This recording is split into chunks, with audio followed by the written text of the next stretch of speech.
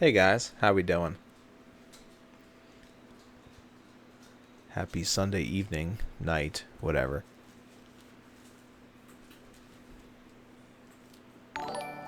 What a scene, huh? It looks good out there. Thanks for the host, Snap. And thanks for the host, Val Dudes. Much appreciated, guys.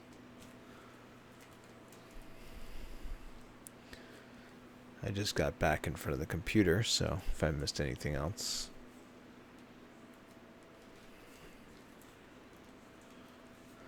But I've planned a route that should take us over the heart of the Grand Canyon, so should be a nice view. And then the flight from that area into John Wayne is always pretty scenic as well. I haven't landed an airliner in John Wayne in a while, so I thought it would be a nice little flight. It's actually a pretty long flight, 780 miles. So, but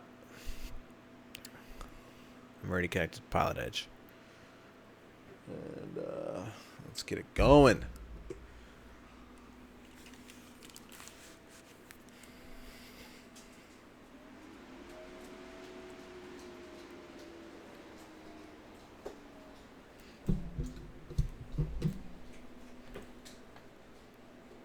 All right, so we're like located down right down there. Right over there. Should be a... Oh, excuse me.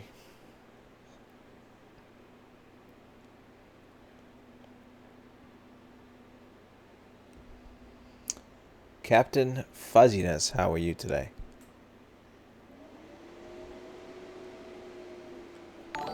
I sent a couple of video bug reports to Rotate, and 3 of them. One of them was not a bug. Come with it. How's it going? Thanks for following. The other 2 they acknowledged. They were related to the sounds. You know, those really loud noises especially that we hear on play. Those are my fans. Yes. Isn't that annoying? Drives me nuts. But my wire came finally. It's going to connect my cooler to my motherboard, and I should have better fan control. So if it's still doing it after I connect it, then I'm going to call them up and see. Take the machine and fix it. It's just ridiculous. But yeah, that's what I get to hear. But anyway, enough about fans. I bitch and moan about my fans every time I fly.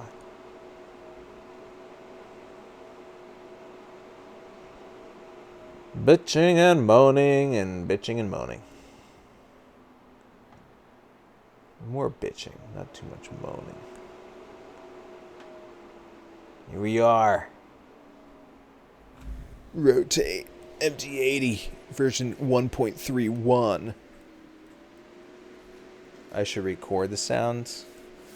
Only if you promise to wear it in your headphones as loud as I get to hear it. It's not really cool over here. Although I guess they're trying to keep it cool.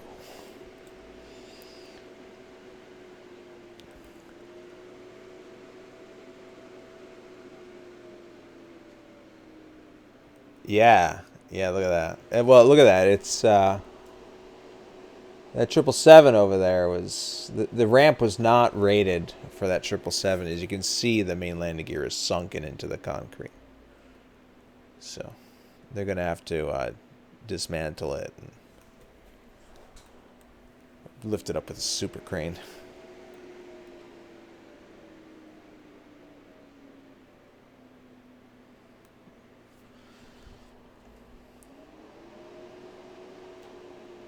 Yeah, man.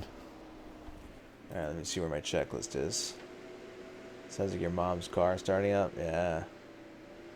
I actually had a video that I wanted to upload to YouTube, and I didn't, because all you heard was that noise just ramping up and down and up. I was like, you know what?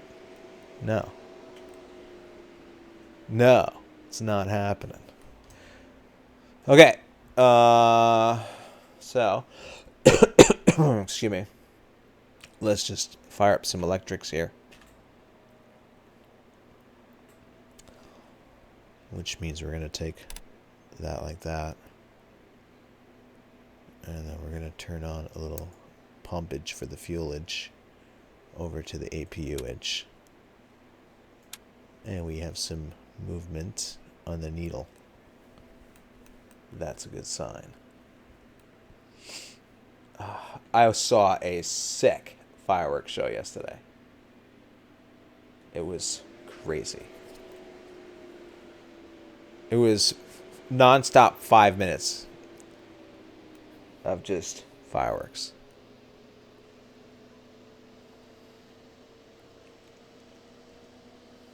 What's worse than ever? The fans? The sound is constant. I should just manually turn them up. Put the fans at max RPMs every time the temperature goes above 50 degrees Celsius.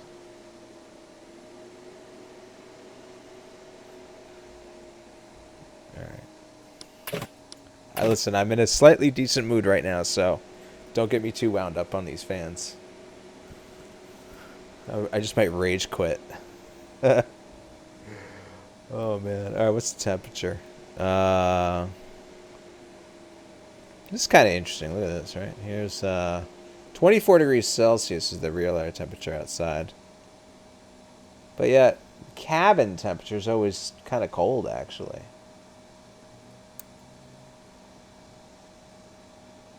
See that? Anyway.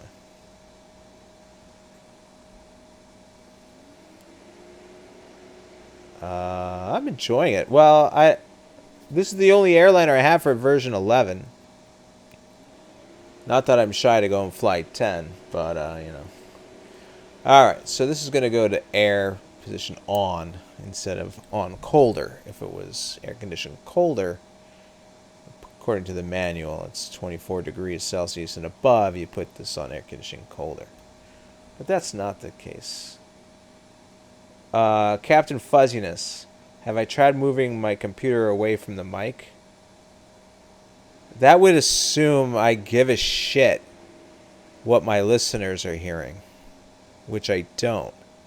No, I'm just kidding. That's pretty harsh, isn't it? Well, maybe I'm kidding. Maybe I'm not. No, because you know what it is? I got like these cool lights in it, and I like to look at it, you know? So, yeah, I'm not going to do that yet. But one day, if like I can't get rid of it, and I just have to live with it, because I can't fix it, then, you know, I'm going to buy like a freezer. Because it kind of looks like a portable freezer anyway. I got the white Stormtrooper case. So I might as well buy a white freezer and put it in there. Just run some leads out of it. Reno Tower, Skywest 5442 is holding short 34 left, ready for departure. All right. Let me stay focused here, guys. Let me work my checklist. Uh-oh. Left, clear for takeoff. Guy forgets about me all the time. 34 left, Skywest 5442. Where was I? All right, so we have the APU running, so now I can turn that on and shut that off. And then we do the air. All right, we're gonna do the galley. And we're gonna do emergency lights. And auto. And on. And captain. And on. What next? Mr. Maldudes. Oh, where was I? Alright, yeah. So we got that. Stall test. Yeah, why not? Stall. Alright. Stall. Cool. Overspeed. Isn't that funny? Like, you hear the fans ramp up like every time we do like one little thing, too. Okay. Well, it's funny at the moment. All right, cool. With that, let me look up my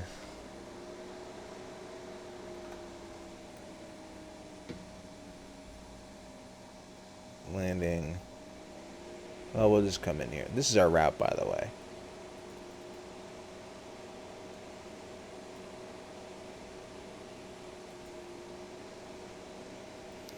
But anyway, we'll come back to that. All right, so 299.8 and 56 feet.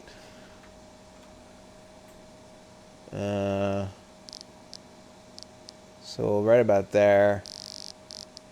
And 56. That looks close to 56 to me. Okay, and we could do like, you know, a little annunciator test job action. Okay, we're all lit up. All the bulbs are fine. Sounds good to me. Reno clearance, good evening, Argentina 347, requesting IFR to John Wayne. All right. He sounds like the male equivalent of a teacher I had. Very distinct 337, Reno clearance to Darwin Airport, Hungary. accent. Departure Mustang transition then is filed. Climb via SID. So I submitted this flight plan. All right, I'm going to add to the remarks though. Slight Cleared to the John Wayne Hungary northerly FMC transition then as filed. Climb via SID. trend Departure frequency 119.2, squawk intentional 1325, Argentina 347. Argentina 347, read back. for SkyWest 5442, Figure contact departure. Number 2 departure, SkyWest 5442, thank you. site seeing purposes. How does that sound? Okay. There we go. How do you like that? Okay, so now that that's filed, let's call in for the clearance. 190. And, oh, I forgot to put, okay. Airport diagram. Springs, clearance delivery, 13445. So, we'll do, I went the long way. And now I'm doubling it. 13445.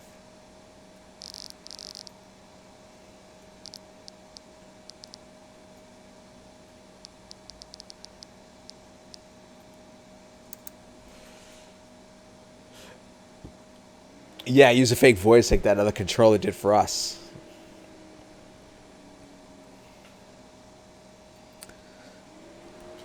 Okay. Let me clear my throat.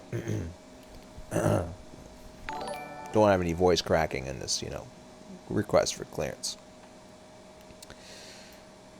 Springs clearance, Northwest 576, IFR to John Wayne.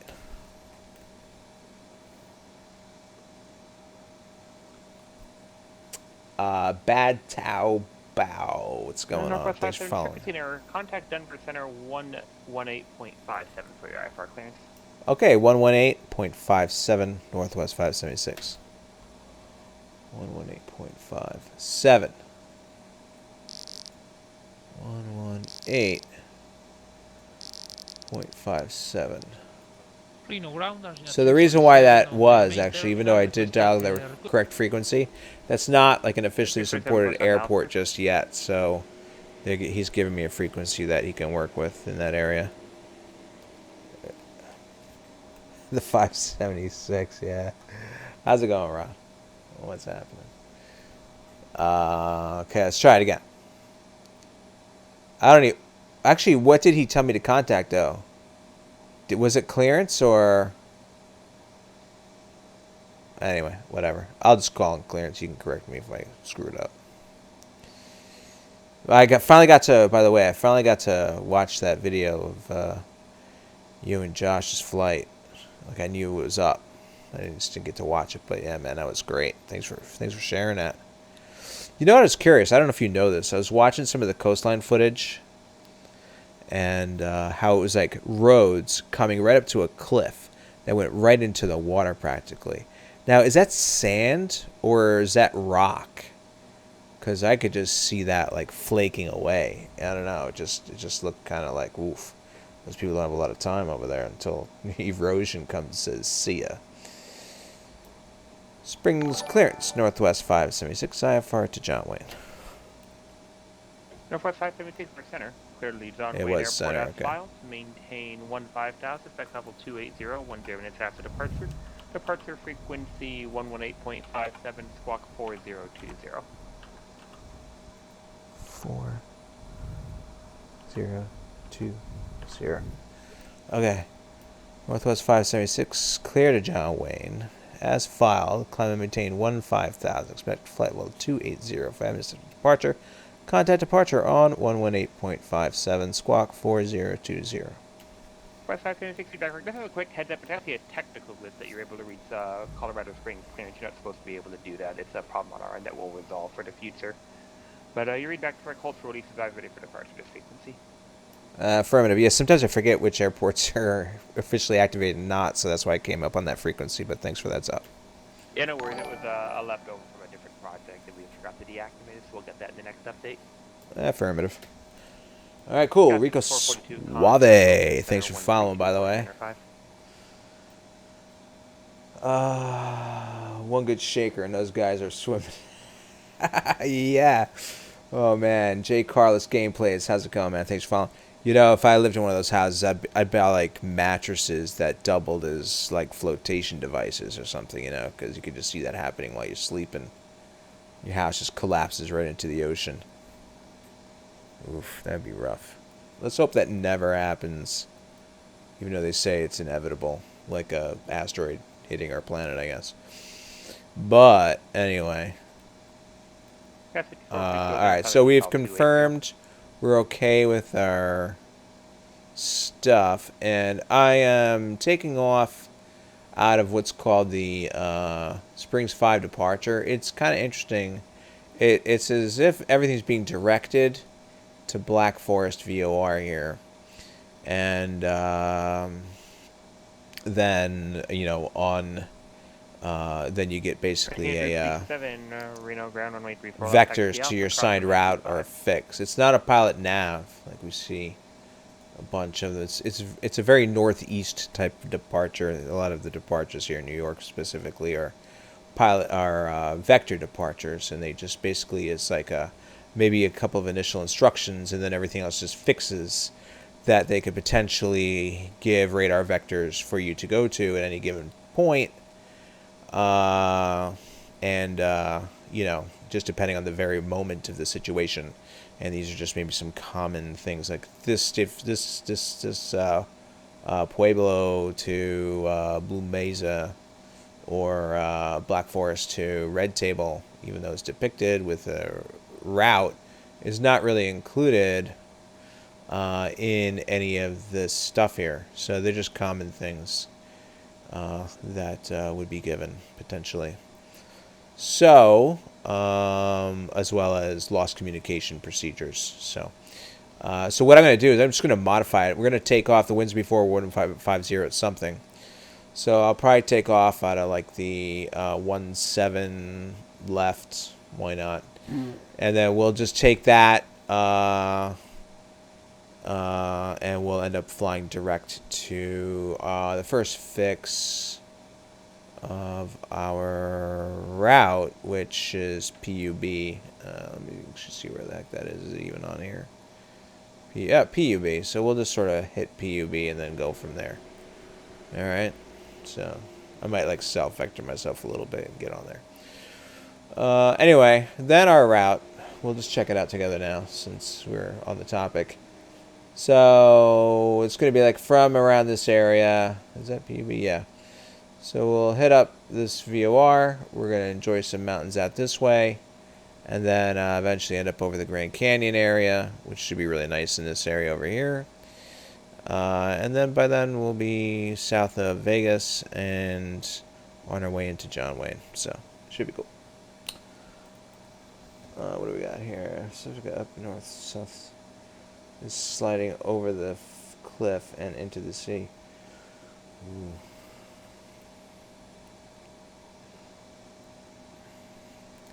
Okay. Alright, so what's the next thing I want to do? Well, let's keep it on this page for now. Okay, let's go back in the airplane.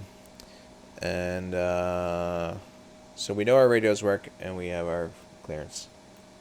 And the next thing we're going to do is... okay, so we turned on our flight director. No, we didn't do that yet. Okay, let's do that. Hit EPR limit. I'm going to put 130 in here for now. Let's go ahead and do that. And then I think we're going to do like 171 on the heading. And we're going to pull that down, and then it shows up in the flight mode enunciator over here. And he told us 15,000, I believe, is the initial first altitude. So we'll go ahead and plug that in. Okay. Let's go ahead and get this. I would just forget to do that until later on anyway. So, and then every time I see POS for position, I think of the other acronym. All right. So we have our flight guidance system set up for now. We'll make some tweaks to that as we go along. The altimeter. It's interesting on this altimeter. It always comes up standard. It doesn't hold the last thing. I thought other airplanes kind of do that, but it doesn't really matter. I don't care. 3018. So let's go ahead and put in 3018. Okay. I feel like turning these up now. What the heck? Alright, and then what else do we need here? So, got that. Our gross weight. I feel like that's wrong. Let's double check. Hold on, let me do this. Let's go to index, aircraft management, switch it to this. 118,000 on my gross weight. Which is not what I actually have in here, I don't think. 128,000. So the zero fuel weight is wrong. So, we gotta do some gazintas. Alright. So what the heck do I have? I have a payload of 25,724 pounds and a total fuel weight of... Wait, okay. Yeah, 128. 128... 544 minus 24,819 24,819 wait, oops, 24 shit, I gotta do it over again. 128 544 minus, did I just screw that up again? Okay, sorry, let me try again. 128 544 minus 24,819er parent 7. 103,724 is my zero fuel. 103,724. Okay, so 103,724.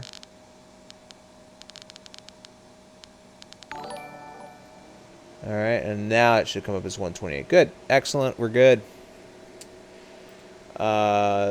Jason, I don't know if you remember, if you can hear me. I remember how there's a bug, basically, where you can't manually put in the English units. So they acknowledged that, and a message back to me. Sam Gash, 33, how's it going? Thanks for following.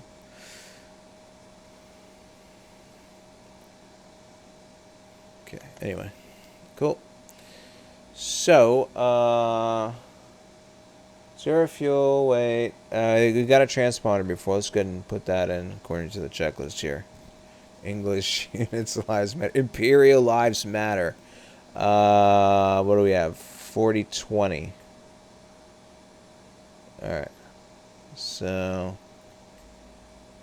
4020. 4. Come on, go with me. Where you go? 0.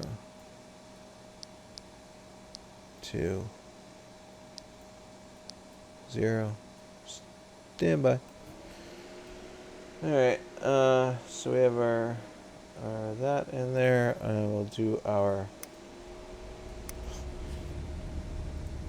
pumps.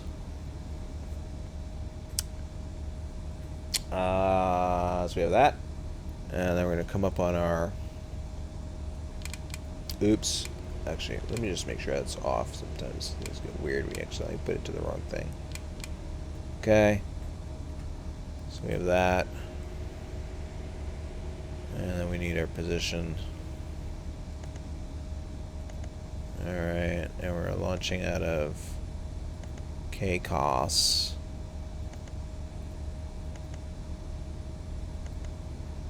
And then we can put in a route. We're going to SNA. Argentina 347 minute 34 left there for takeoff. Alright, and I don't think it's going to let me activate it. Oh no, I can activate Sky it. I 42, can't 42, execute it possibly until we takeoff, have 40. aligned IRSs. So now we're going to go to pub. Tahib rule. Okay, so got Luna Moradita. Wait, Luna Moradita. Yeah, 120. How's it going? Thanks for following. Right.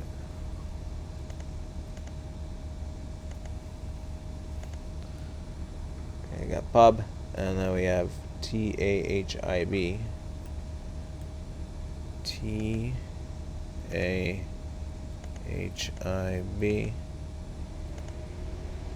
And we'll go next page. ROOLL. And then we're gonna do Q94 to Mongo. Q94.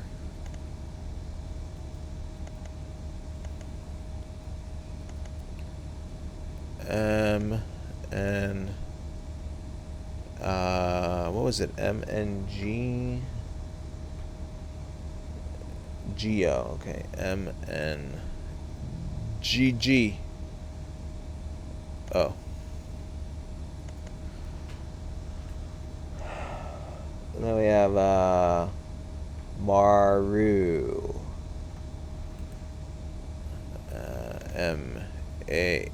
M-A-R-U-E.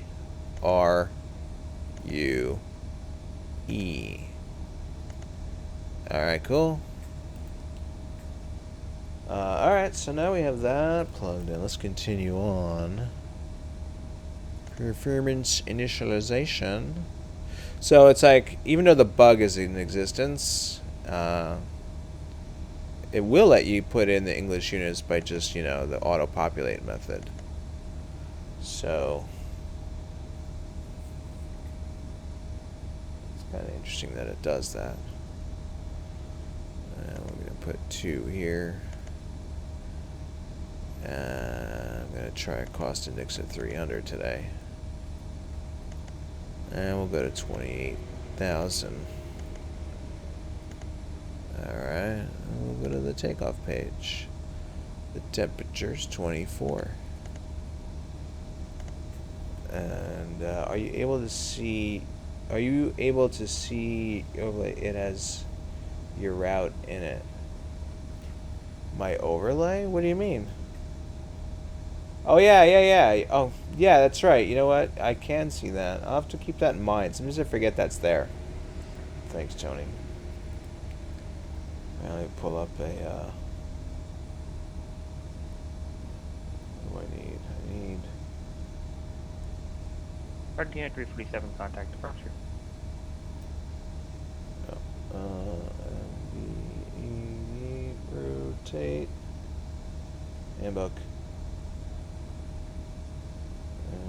Need 347. 128.4. 190. Okay, so our V speeds today are 123, 128, 137. 123, 128, and 137. Okay, cool. Go ahead and select a departure. And we said we're going to take off at a 17 left. Cost 5. Okay. And then I might as well put an arrival. It was the Disney one. Out of the Maru. And we'll plan for ILS 25 right. Not at Seal Beach though, because that's nowhere near where we're going. And now that we have all that going, we can go ahead and hit execute. Alright, let's go ahead and... Sky 5442, contact Oakland Center 132.2. Up, yes. And go ahead and check out plan. Back. Alright, so let's go up to Leggies. And what I'm going to do is just, I'm not going to put in, normally I would just like override the discontinuity in vectors, which is putting the first fix up there. But then, like the Boeing, you know how you can't copy this back in and then back up. You can't do the direct, which I don't feel like doing now. So I'll just wait until I'm airborne and turning toward that direction, and then I'll plug it in then. That's my logic for the moment. Whether it's actually logical or not, I don't know.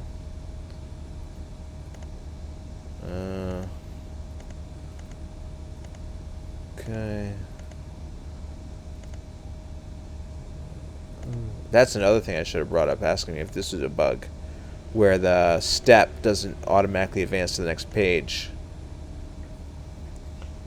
Hey Steve, what's going on, dude? How's everything?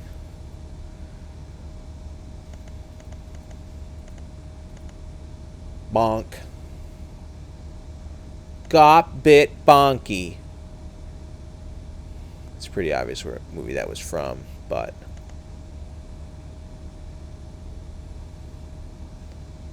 Why does that look wrong? Oh yeah, because it is. Wait. Bonk and then lemon. Alright, let's look at the approach.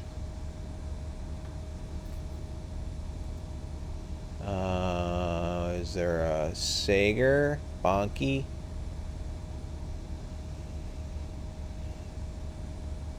And then the last fix on Disney is freaky.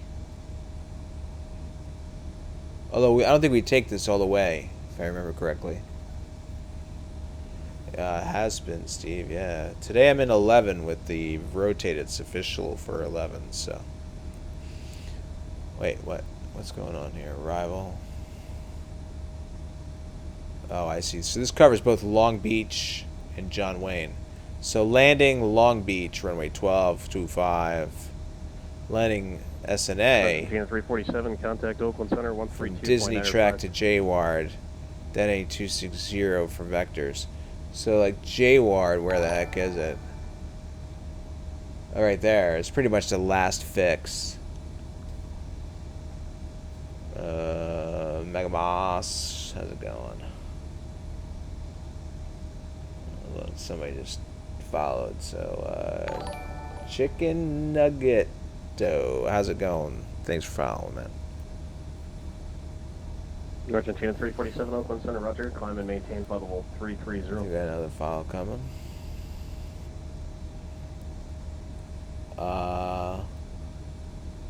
SM Lego. How's it going? I don't know if it's Malego or SM Lego, but Legos are definitely one of my favorite toys to play with when I was a kid.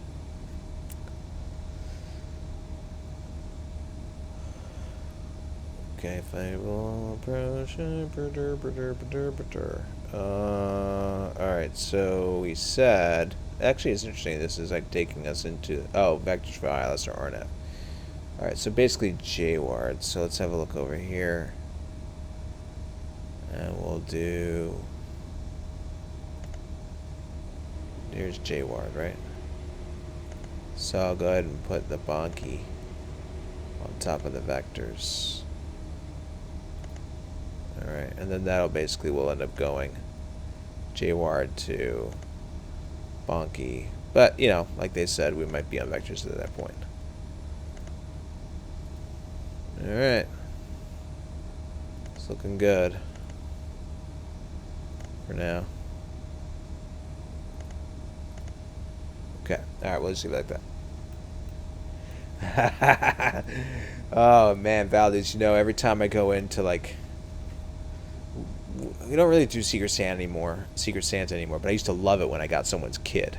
Because it was like, alright, nice. I'm going into the toy store and just enjoying myself. And then, of course, I'd end up like buying myself a toy that I wanted because I could. It's like the best thing when you go into a toy store and you see a toy.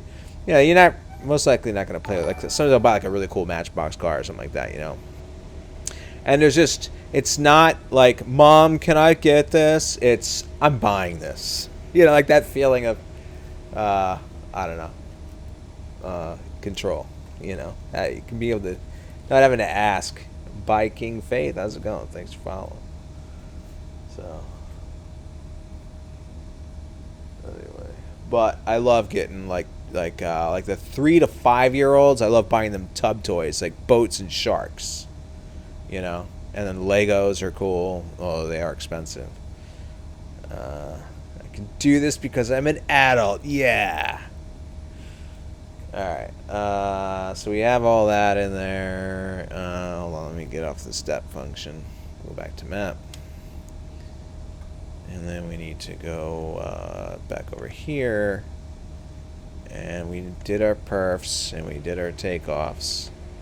And that was 137 knots. So we'll plug that sucker in. Okay. So I have that. And I can go ahead and try to remember 9%. And then at the same time, I think we've got to turn on our pumps.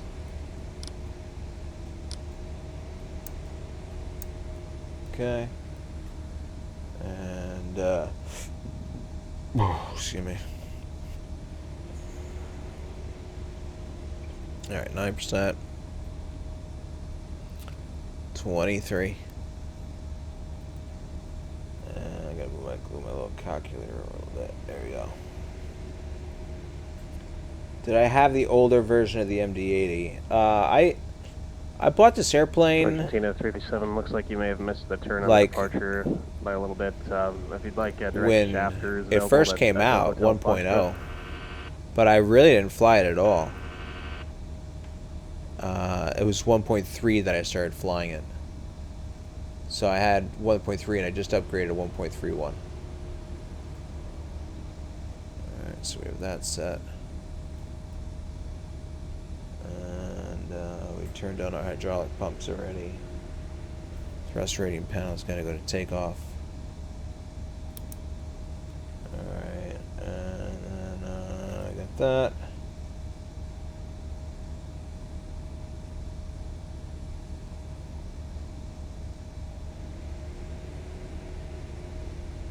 Oh yeah, that's cool. Yeah, see, that's the thing.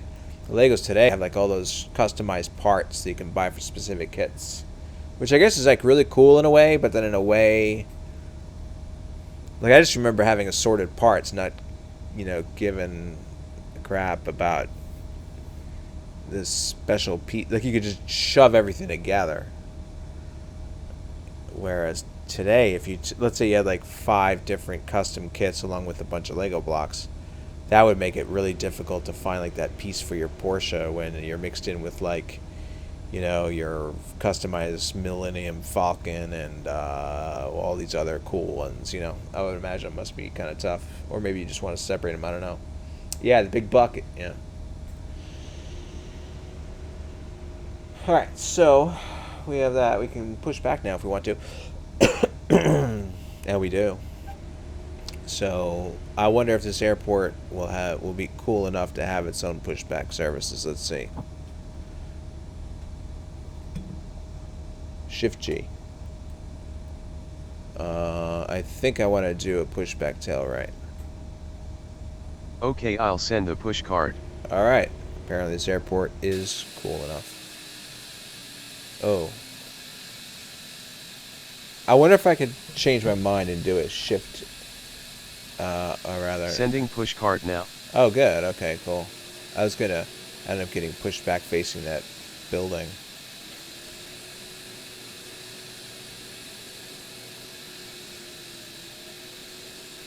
Here we go. Rock and roll.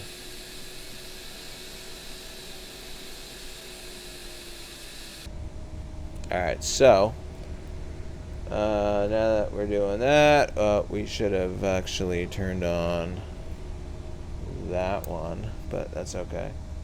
So we got that going, and we need our transponder actually now officially there because we are on the move.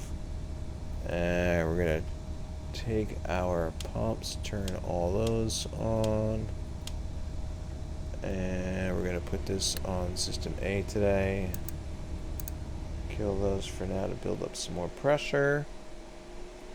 And start valve open.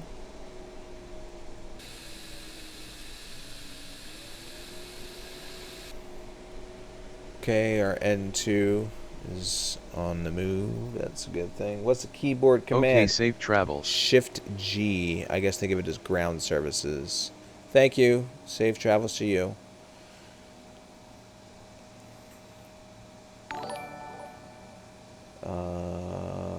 Oh, you flew the 777. Nice. Wow, how long was that flight? TNCM. Anytime you see like an airport with letters that don't start in K, you're like, wow, that must be pretty far. OPSA. OPSA. Yeah, it was 5442. How's it going? Thanks for following. Approach 135.1. Okay, we're not facing anybody live, so we can now turn our weather radar without giving them the business. Here we got airplanes nearby. Okay, N2's above 50%. Generators have come online. Let's get this one going now. Valves open. N2's coming up. Little Luby building up.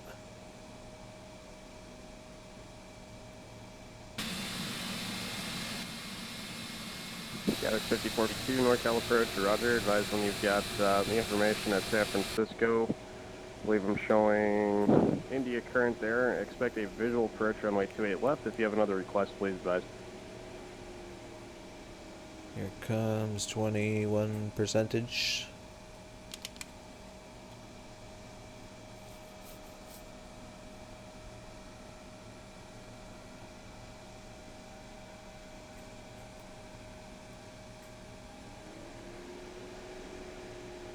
Three hours is good. Do you remember was the vertical 5442. Showing performance? your aircraft type here, the code appears to be wrong. Showing E175. Am I doing it? Can you verify if you have the short or long? You mean winglets on the like aircraft? it climbed crazy, like really fast?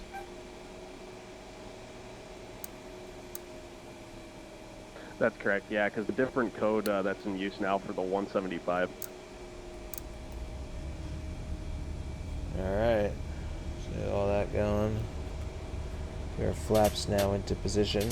Skywest 5442, Roger. I'm not sure. I think SkyWest is the E75S, if I'm not mistaken. I know some of the models, though, are E75L. It just depends if they have the short or the extended winglets or the wingtips. Megamouse, you just go where you purchased it, and you re-download it. Don't repurchase it. Just re-download it. Information Re-download it. Take a look at the aircraft possibly when you get on the ground.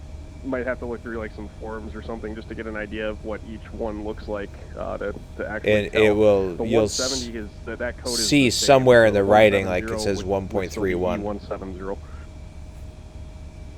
Like any org store airplane, you just pretty much just re-download. Roger, no problem. And re-download the livery packs as well because they did some like normal map modifications and all that. All right, so flaps are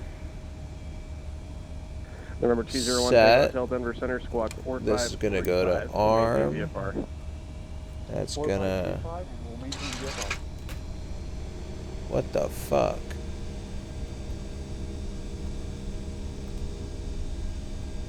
That's really strange. What the hell's happening here, guys? So I have art, auto throttle. Ah, come on. Got 1 Tango Hotel Radar contact 2 miles south of Black Forest VOR. Clear to Denver Airport as filed. Climb and maintain 10,000. What happened? Why did one engine just suddenly fire up? Colorado Springs altimeter 3020.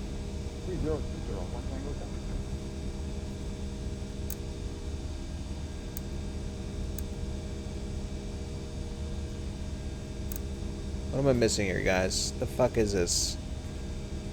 Everything was going nice and easy.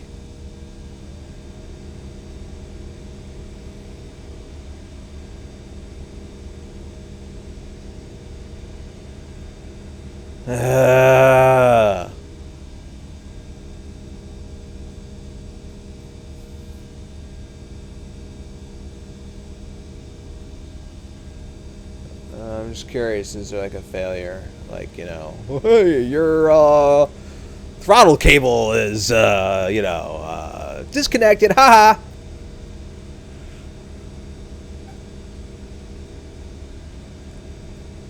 Yeah, it's ready to go. I did look at N1 and 2. It's, well, now it's like taking forever to go to failures. This is a weird thing in X-Plane 11 when you go to your failures screen. It's just like, alright, maybe in about 10 minutes we'll get there. Nav aids. Oh. Like that.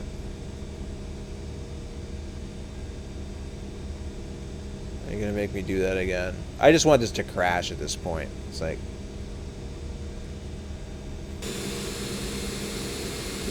We're just doing a run-up, guys. Don't mind me. He's like, yeah, this is a good spot to do a run-up. Skywest 442. Okay, nothing up here. Let's try it again.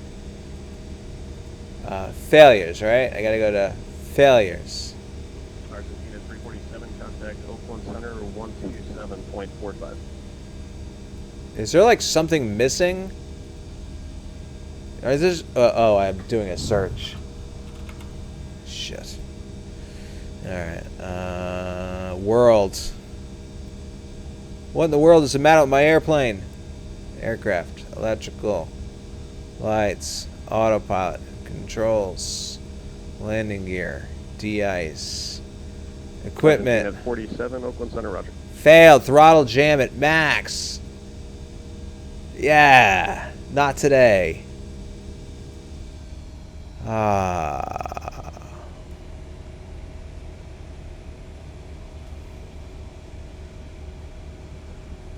Okay. That was my one failure every 10,000 hours. I think there's just something a little off on that figure, huh? Throttle jam. Throttle jam. I don't want to see he's like jamming out or something, not actually physically jammed. Skywest 5442, turn right, heading 150 vectors for descent. I believe there should be a Talk about a 140 curveball. published heading off the Where's arrival. Keith? Is he in here? Keith, reveal yourself. Alright, we shouldn't blame Keith every single time. Skywest Well, 5442, just confirm the heading at least we right didn't go now, heading blasting 160 through the on tail vectors end of for this descent. poor 777. I mean, you know. Or ended up in a movement area and violated. Yeah, Keith should have his name in the failure menu. The very bottom, Keith. November 1, take contact Denver approach. Alright, so where was I? I had finished starting everything up. Oh, yeah. Okay, alright, let's just see, make sure that this is still on takeoff, it's armed. Alright. And then this is set. Alright, that's where I was. Alright, cool. Flight controls. Free and correct. Alright, engine indication still okay. And, although, interestingly, this light is not usually on for me. Although, this is the 1.31. Maybe I just haven't noticed that that comes on now. Alright, so...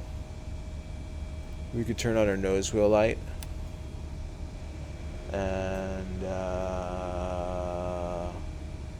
let's just sort of... Oh, we don't even have to call in to taxi because this is like a non-participatory airport. So we'll go ahead and do that. November 201, takeoff Denver approach, roger. Showing Quebec now current at Denver, landing north. Expect the visual approach runway 35 Well, left. If you have another approach request, please. As they said in the movie Apollo 13, looks like we just had our glitch for the mission. Vectors, ILS runway 35 left approach. Let's hope that's true. Or, yeah, I'm paraphrasing there, of course. Alright, so like we're here, left heading 030. and I think I'm going to make a right. I want to go to 17 left. Okay. So that's November straight ahead. Is there an option to go like down far? No, that's just out the ramp. Okay.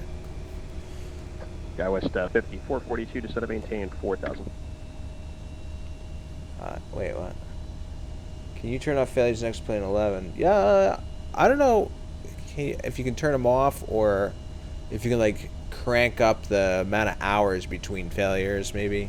I know you can turn up the amount of hours. I haven't found one that says don't crash X-Plane 11. Yeah. Must be a box you could uncheck. Same thing with X-Plane 9 and maybe 10. There might be something in there. I don't want to bring up any menus unnecessarily though. It's just always, especially menus that like take a while to load. Alright, so we got November hotel. Out on that heading advice, San So we're gonna make a right at hotel 11 o'clock and 15 miles. and a left on Echo.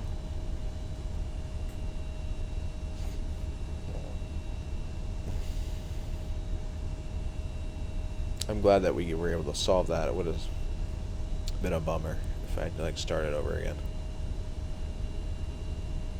Now in real life, I guess we would have had to kill the engine if like we were in flight. I don't know. I'm curious what a checklist, like, you know, having the real checklists would be interesting. Abnormal procedures or whatever. Throttle jam. Takeoff flighting 350 vectors to final. Do they have access to the airplane enough that they can fix that in flight, or do you just have to shut it off, shut down the engine? SkyWest 5442, roger. Cleared visual approach runway 28 left. Do you not have a second monitor for charts?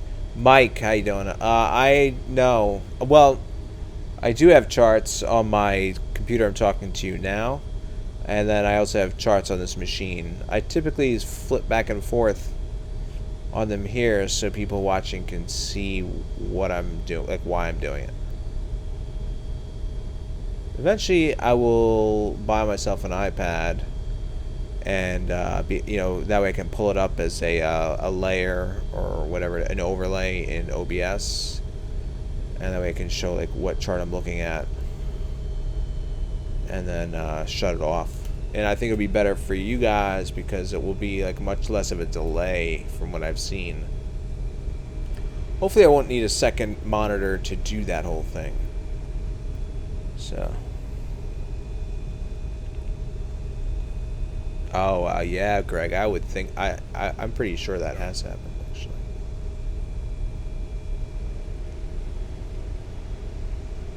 Alright, we're hanging this left.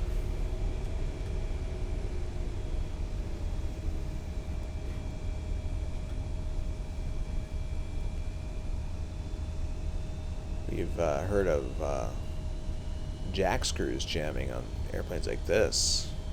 That's gotta really make you scared.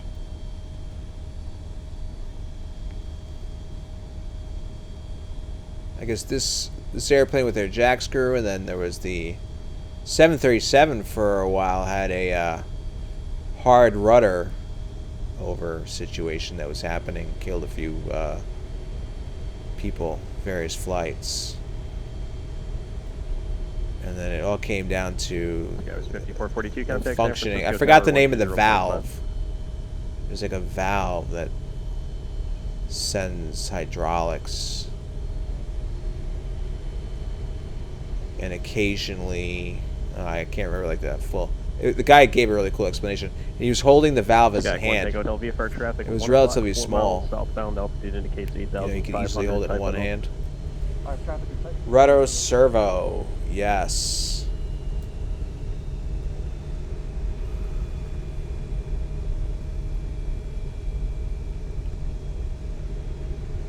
Yeah, the rudder is amazingly powerful in many airplanes.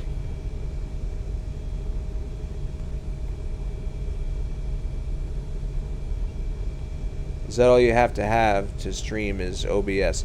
Let me think. Yeah, OBS. KCOS 5442. Yep, you just need the OBS program, and then you create an account on Twitch. There's a bunch of YouTube videos that explain, like, you know, how to get started on there, which is pretty cool. All right. Wolf Vamp 324. Thank you for following. According to the Delta Airlines actual checklist, it says to turn off the hydraulic pumps and auxiliary pumps once airborne. But when I do that, okay. You know what? Delta 5460. So the hydraulic pumps to off. Right. I went through that Delta FCOM, and it says to turn off the trans and auxiliary pumps to off, and then it says trans and aux, or aux and trans HYD pumps off. So to me, I'm reading that as auxiliary and trans pumps to off, but it doesn't actually say to take the regular hydraulic pump switches and put them to the off position. The one place I did see them saying that was in the rotate MD-80 checklist that came with the rotate manual stuff, because that was talked about on the org. So I'm curious if that was just a I switched my checklist and got rid of the putting it to low. I meant to say low. I think I might have said off before. So, but before I had been putting it to low also. But then you get this warning overhead on the overhead. So there's a discussion about it on the org right now. I'm not sure of the latest. Remember the aircraft that crashed in New York because of the rudder tore completely off? Well, the whole vertical stabilizer. Yeah, and that was pilot applied, because they were in wake turbulence, and they were flying under the cruise maneuvering speed. They were supposed to be to save speed for something like that. At least that's what they were trained to do. And problem was that Airbus didn't really say you should be doing that repeatedly, and it snapped off. So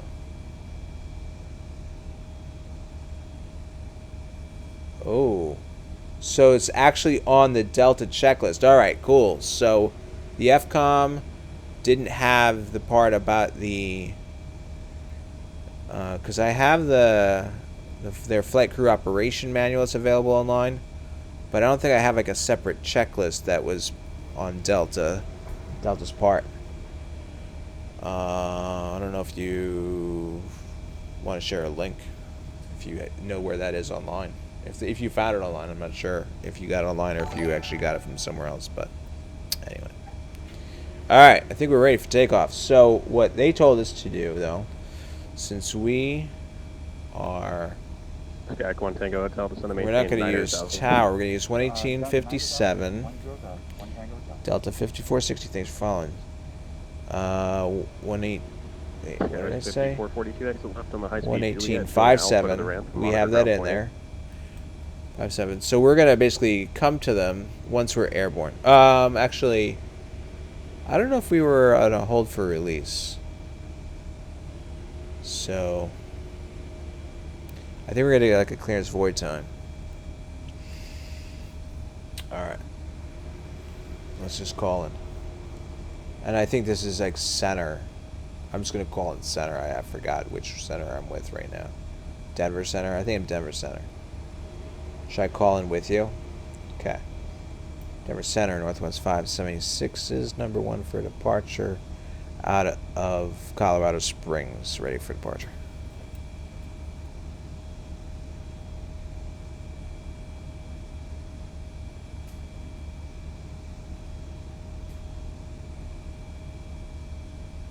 That's nice, man. Northwest 576, Denver Center, Roger. Were you talking with the previous controller about clearance out of there? Affirmative, yeah, he gave me this frequency to call up. I don't remember getting an actual, like, clearance void time or anything like that, so I just want to check in with you. Hey, I was never passed on to me. Alright, stand by when I'm going to need to look over some things. Affirmative, Northwest 576. Yeah, yeah, man, just give it to us, Delta, come on. Skak 1 Tango, that's I mean, I know I'm flying for Northwest and all, but... 35 left, localizer tracking. Nah, just kidding. Sort of. 020 will intercept the localizer for 35 left.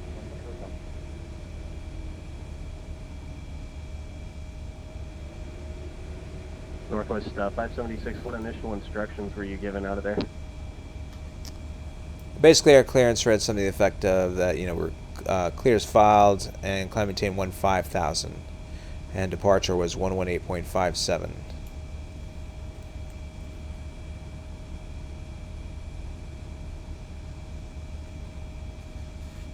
Northwest 576, alright, that'll work for me. Time is 0329 and 3/4. Clearance void if not up by 0340. We'll give you 10 minutes to get airborne. Report airborne on course passing 9,000 this frequency. Release for departure. Okay, we'll report on course on this frequency. If you could just give me that altitude one more time for Northwest 576. Northwest 576, report airborne on course passing 9,000. Okay, we'll report passing on course 9,000 Northwest 576. Northwest 576, roger, redirect, change to advisory frequency approved. We'll talk to you in a little bit. Alright, so Northwest. Silent wait for you. Thank you for following. Let's check it out.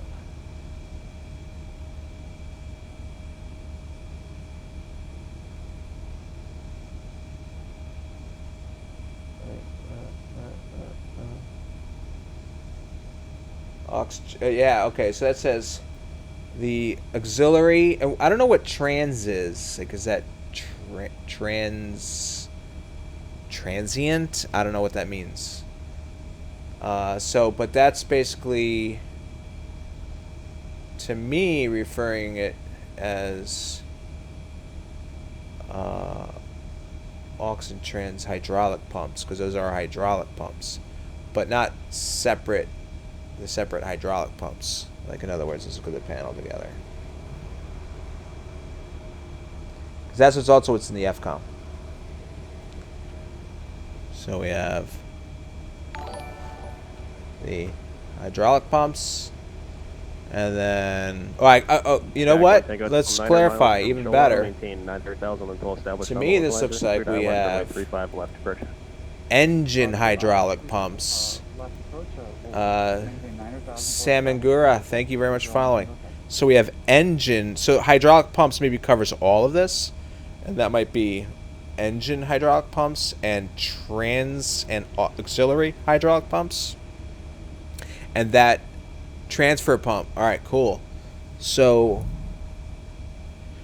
would that be that these would be the transfer and auxiliary hydraulic pumps coming off, but the engine hydraulic pumps remain on high?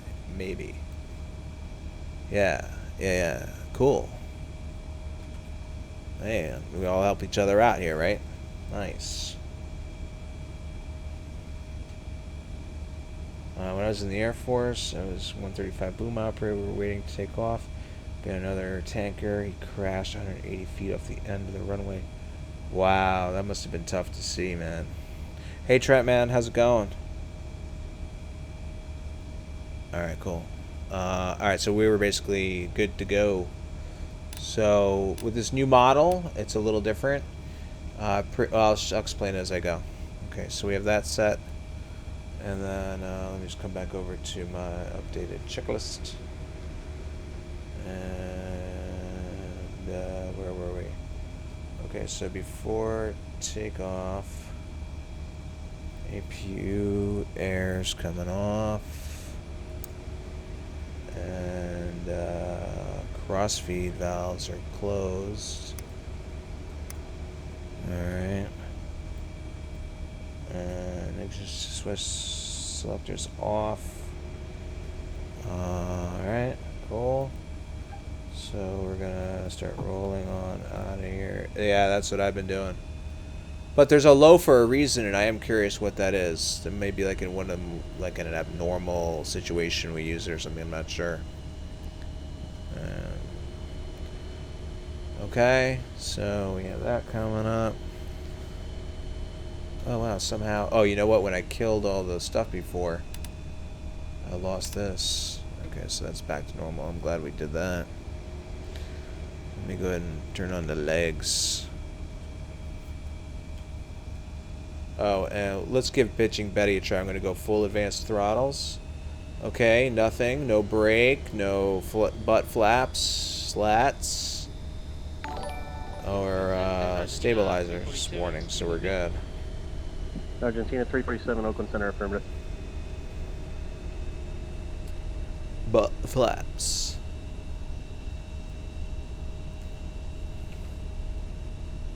Dark Knight, how's it going? Thanks for following.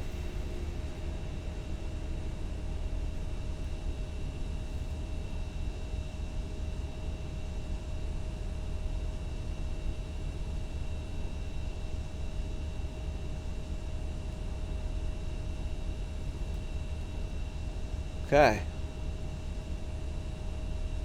Let's go ahead and hit this toga. So now we're reading takeoff. Okay, so in version 1.3, I would simply stand these up till I get 1.4. I'd hit the auto throttle switch, and it would just stay on E per takeoff the whole way down. They've improved and made some more realistic stuff with sub modes, I believe. So one of them, it comes up as clamp. After 60 knots, clamp is activated. Basically what happens is it's no longer receiving throttle inputs, I believe. However, your throttles are now free to move.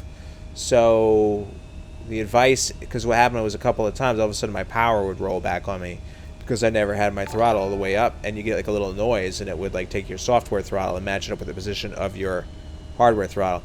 So to combat that, we're going to try just putting it all the way forward, which works in other airplanes, so that we don't have that issue. So I'm just sort of showing, you know, what I learned the other day. Fox Apollo 11, how you doing? Thanks for following.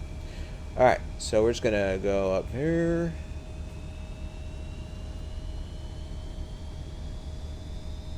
All right, looking good around the 1.4.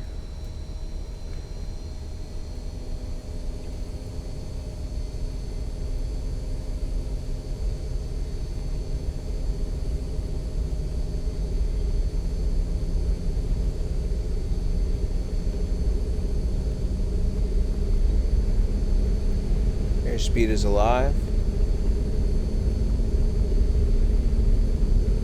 80 knots.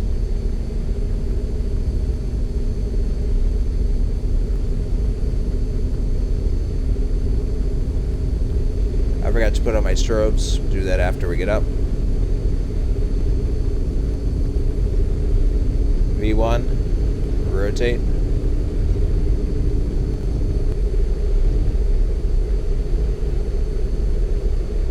Got a positive rate. Continue pitching. Gears coming up.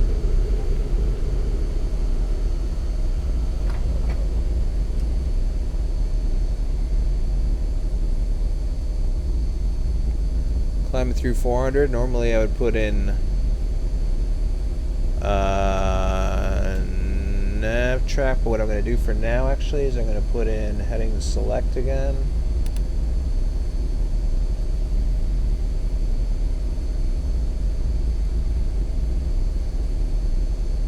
Okay, we're coming through 1000. Let's go ahead and turn on our autopilot. Put the speed mode for the time being. Let's go ahead and pitch down a little bit just to get some acceleration going. Climb mode set. Kitten Builder, how's it going? Thanks for following.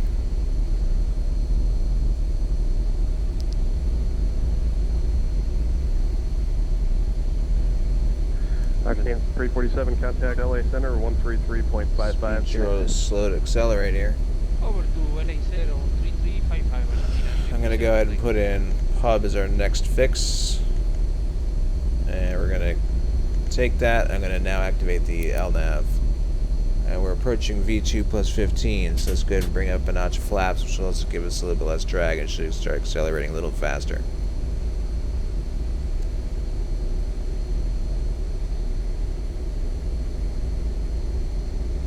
My nose lights are off? Oh, well, that's my landing gear lights. My taxi lights, basically.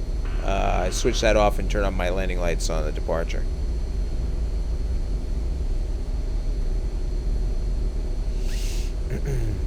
Alright, we got to call in at 9,000.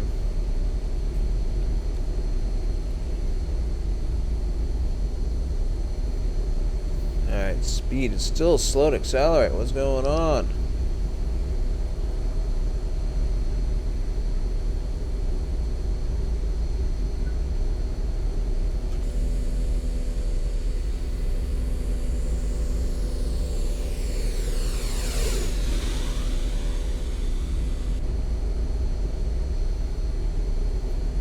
Reaching 180. Let's go to another flaps up to 11.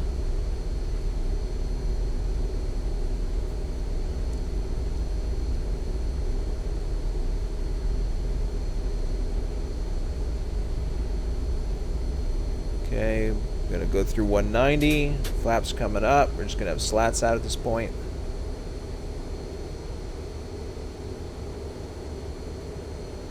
Let's get a climb resuming a little bit.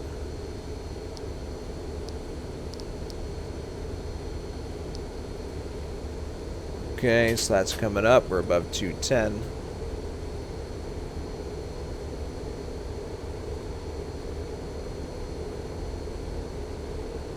Coming up on 9,000. Denver Center, Northwest 576, 9,000. Climbing to 15,000. Northwest 576, Denver Center, ident. We'll ident Northwest 576. I'm going to go to VNAV. Now we're above 3,000 AGL. And there's our ident button. Okay, this does not light up when you hit ident, but it apparently idents. Northwest 576, radar contact, 900 miles southeast of Black Forest to be alert. Climb and maintain flight level 230. Flight level 230, Northwest 576. Alright, we're going to break 10,000, we're going to accelerate. Northwest 576, VFR traffic's 12 o'clock, 6 miles southeastbound, altitude indicates 10,600, type of north. Okay, negative traffic at this time. We'll keep an eye out for Northwest 576. Skyhawk 1 Tango Hotel, contact Denver Tower 133.3.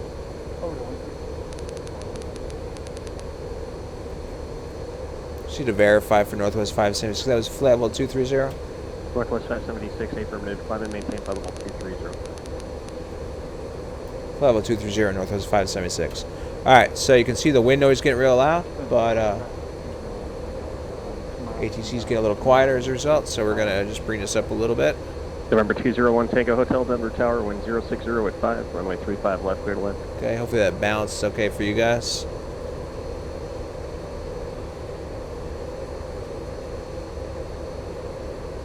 I do not have plane command, negative. Thanks, Megamoss, appreciate it. Yeah, originally it was set for if we had the speed select at one point. Gamer Alpha, how's it going? Thanks for following. Plane Command is like a tool that you can, it's a voice recognition system. Acts like a co-pilot, so you can say like set flaps to whatever, switch frequency to whatever, set altitudes and so on. It's pretty cool. Thong J, how's it going? Thanks for following.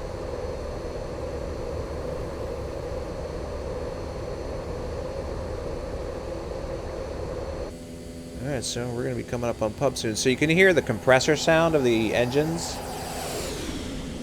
that remain constant with no Doppler effect. I think it's only really supposed to be heard on the interior of the plane, not so much the exterior. I got an email back from Rotate, and they said they're going to fix that for the next release so that you won't hear that annoying compressor sound during your flybys, for those of you that like to go outside the airplane like myself. Northwest 576, previous issue traffic's no longer factor, you're down low. Contact Denver Center 127.02 for higher. Okay, 127.02, Northwest 576. 127.02. We're getting some interesting wind stuff going on. 127.02.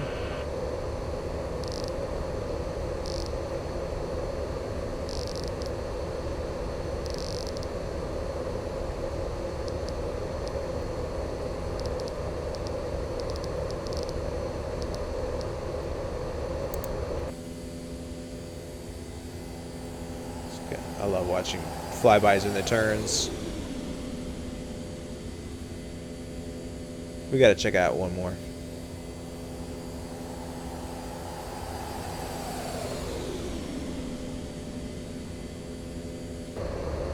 Okay, 5,000.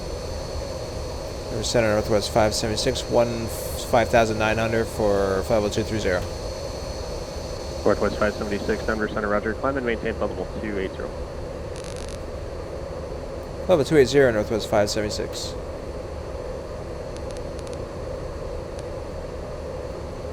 Alright, so we're looking pretty good, I think. We're in our climb mode. Holding our speed. We got 280 on our FMA there. And we're climbing via the area FMS, VNAV climb.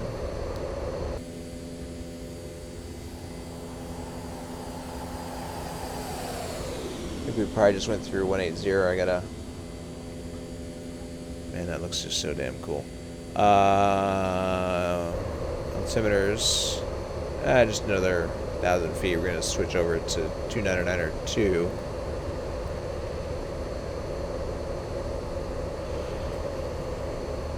Oh, it's only $19 for plane command? Yeah, that's what it does. That is a pretty good price.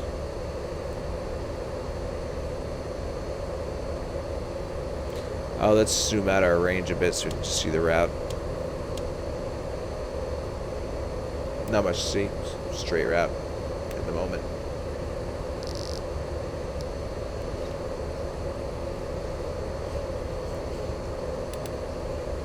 November 837 Alpha Kilo, Oakland Center, roger. Descend at pilot's discretion, maintain flight level 240. I'm curious, if I pull up my comm 2, we might actually hear... Because that guy, I think, was like on a comm 2? Or a different comm, maybe. 7 Alpha Kilo, do read back with the altitude. Descend at pilot's discretion, maintain flight level 240. Descent at split discretion and maintain 240. November 837 Alpha Kilo. 7 Alpha Kilo, roger. Thank you. Read back correct.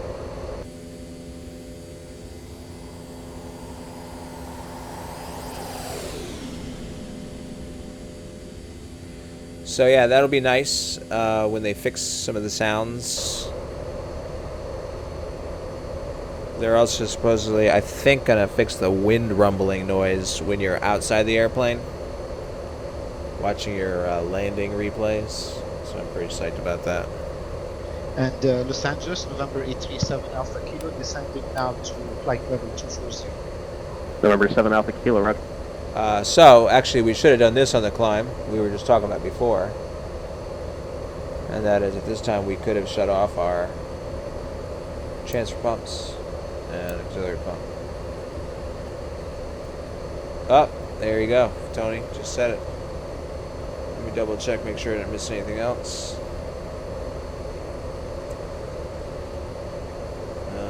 Actually, you know what I'm going to do, too? I'm going to kill the... APU. It takes a one minute for the APU to fully shut down. So in the FCOM, it's kind of weird. They say like APU is needed, left on mic and there's like all this description about the signature, monitor keeping it on if you're going to be using exit left on mic and straight ahead to signature. anti-icing or certain weather conditions and shutting it off. But there's nothing really written solid on when to do that. Like, if you're not going to use it, when should you shut it off, you know? So I got to work that in my checklist somehow.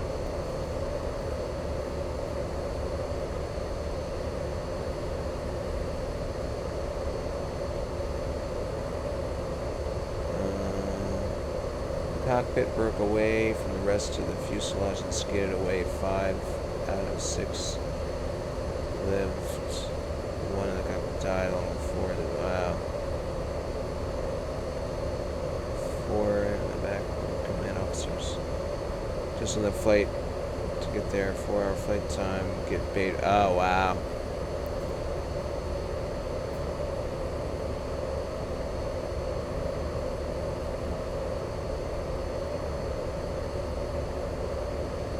Now you were number 2 for departure. I'm taking it that at that point you probably didn't depart, right? Unless were you like on a mission that you had to continue.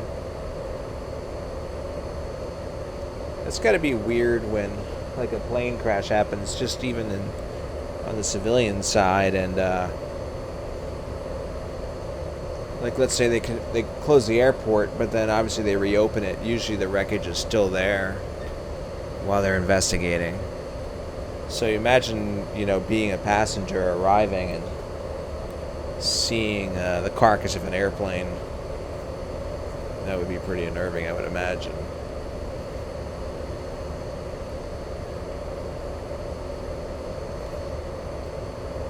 Alright, so we got those off.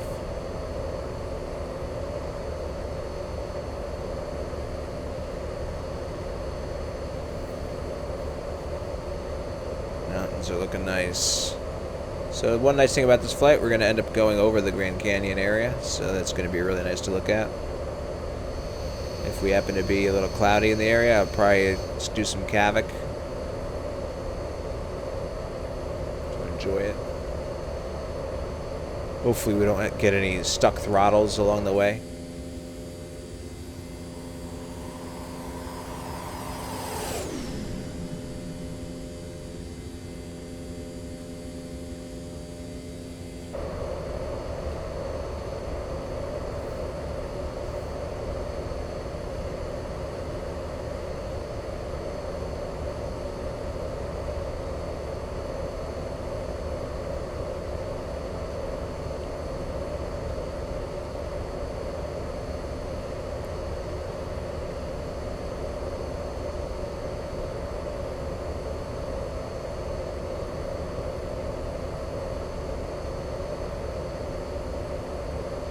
Yeah.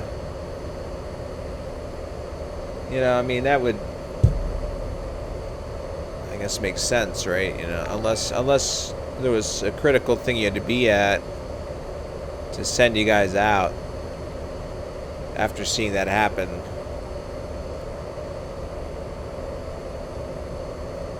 It seems like it would be, if anything, just from a safety standpoint, you know. E.T. Ryan, 88, how you doing?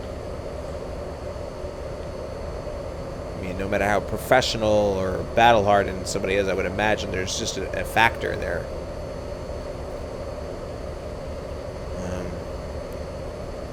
After seeing that, you know.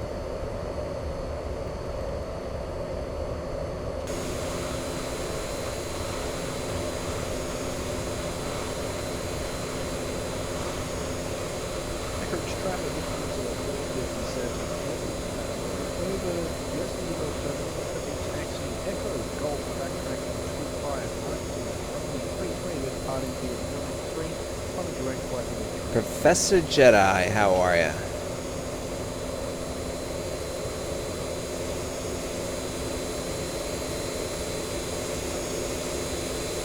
Yeah, man.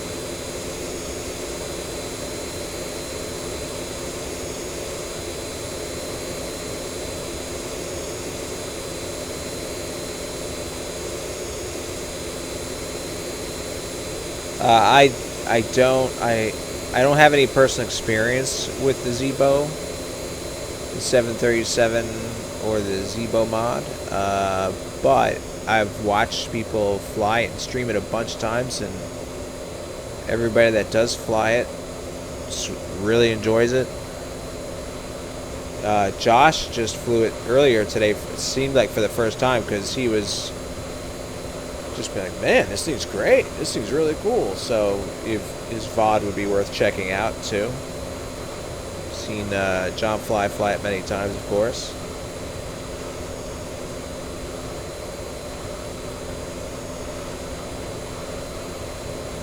So Boeing 7 Alpha Kilo, contact NorCal approach 121.3. 121.3 for November 837 Alpha Kilo.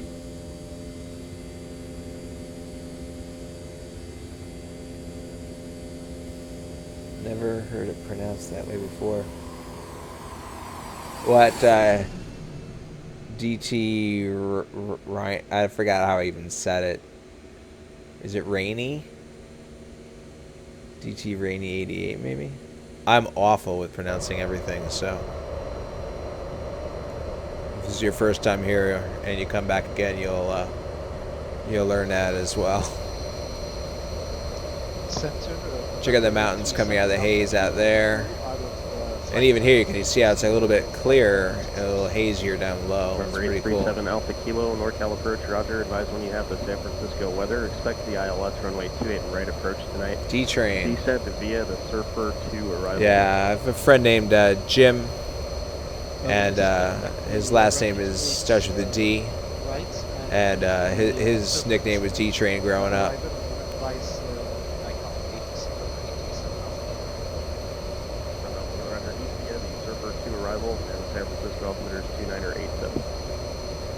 Don't have time to learn both. Well, November 837 for Kilo, roger. We copy Surfer 2 and I copy Guarantee 2. I would say, oh man, that's a tough one, I guess. I mean, I would say if I had to pick one, I would probably pick the 737 in a way. The number one reason, the windows are bigger, so you can enjoy the view out the windows quite nicely. I mean, I've compensated with this model by making a few custom views to bounce to. Oh, let's go to cruise here. There we go. Let me just check my other checklist here. Pretty simple for cruise. Set our thrust rating panel.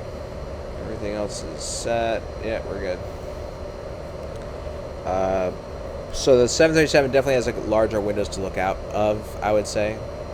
And I'm assuming you're settling, in other words, you're not debating whether or not to pick up like the FlyJ Sim or the IXEG 737. You're basically saying between the MD-80, this one, or the stock plane with Zibo mod, right?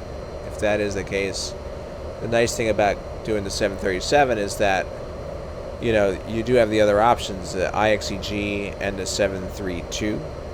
So it's almost like cross-training. If you chose to buy one of those airplanes later on down the road, you would already know a lot of the airplane already.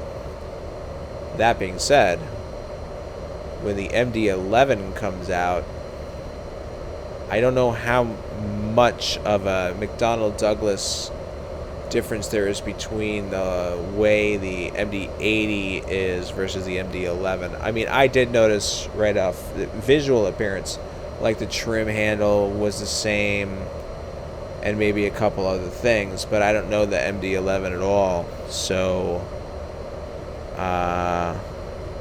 you know. And also that airplane's not going to be out for a while, I'm guessing. So.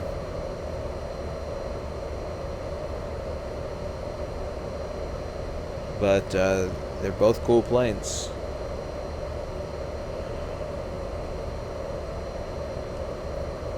Tony, take care, buddy. I'm sorry I missed your departure if you're already gone. One thing I like on the MD-11 in real life is just the cockpit windows are massive. And I hope that that translates into the simulator version, because I do like looking out the windows at ortho from within the cockpit. I mean, I do a lot of exterior stuff as well.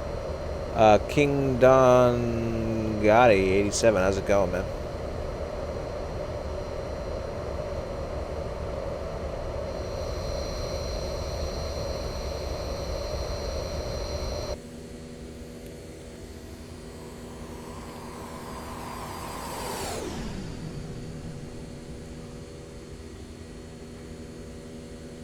It does look pretty cool.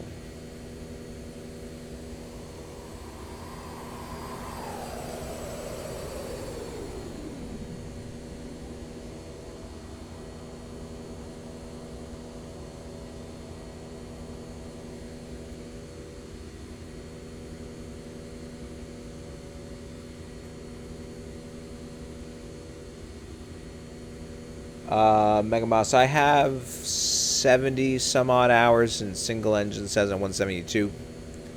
And probably a little bit more in a Grobe 103A tandem 2-seat sailplane. So my first flying was done in a Grobe in the sailplane. And then I did do some flight lessons for a while in the 172. Then I have a pretty good amount of book knowledge. Taken aviation classes, and I do work in the education field of aviation. I have a AGI, IGI. So those are basically the ground instructor certificates.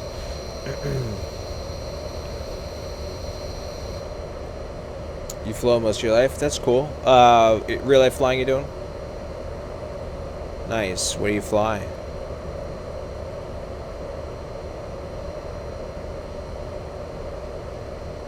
And center November 837 Alpha Kilo requesting lower. I like it when it's like this. Like, 837 Alpha Kilo, that's there's why a few I clouds, indicated but yet before you can were still given the enjoy the instructions ortho. twice now. Descend via the Serper 2 arrival. That means comply with the altitude and speed restrictions published on the chart. Okay, November 837 Alpha Kilo, I understand. We'll descend on the Surfer 2 November 837 Alpha Kilo. 7 Alpha Kilo affirmative.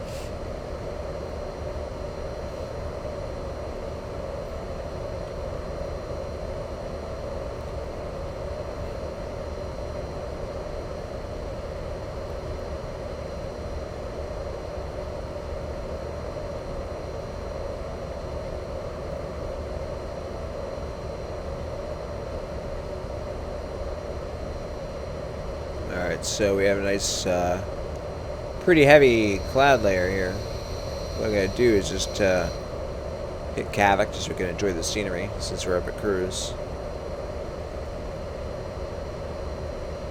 So, I'll just go ahead and hit that button. Enjoy the view. I have my increment set like 8 or 9 minutes. So we'll get at least, well, up to 8 or 9 minutes, and then it will reload the weather, and then I'll probably do it again a couple times.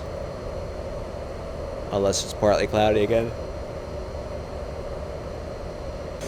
Mainly because it's just more entertaining to look at. It's a beautiful land out here.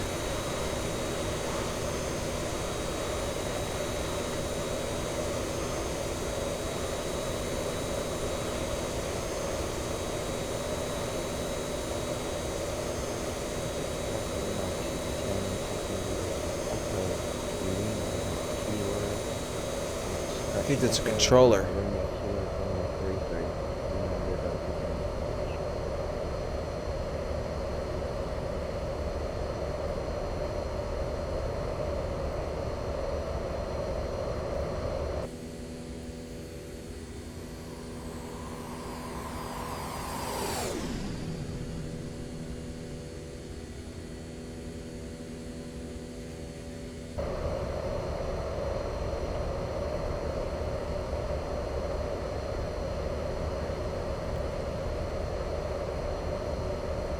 Southwest 9940 Denver, clearance loud and clear.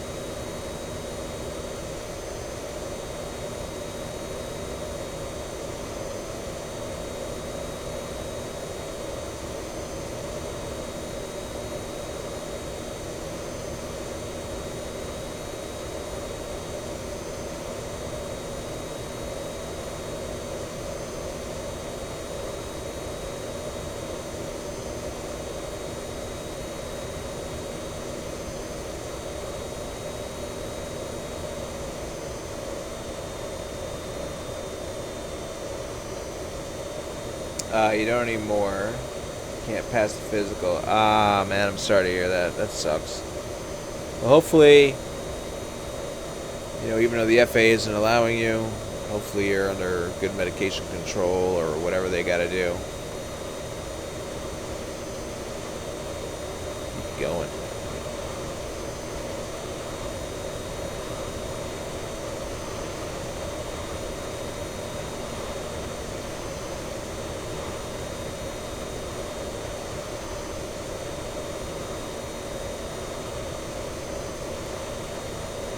Nice.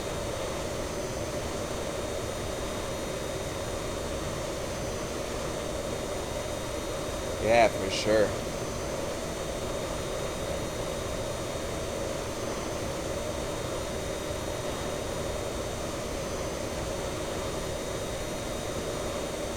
Totally agree, Greg.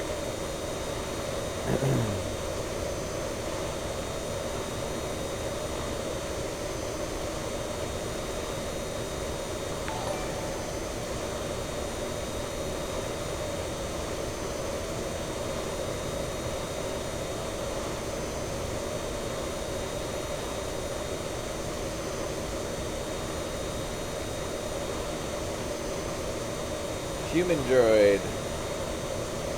We could call it human droid or hum android. But I doubt it's the latter. How's it going? Thanks for following, man. Isn't it nice? I think this source out here is Google.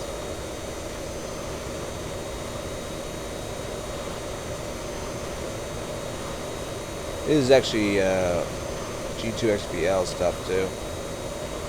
It's all about the change though.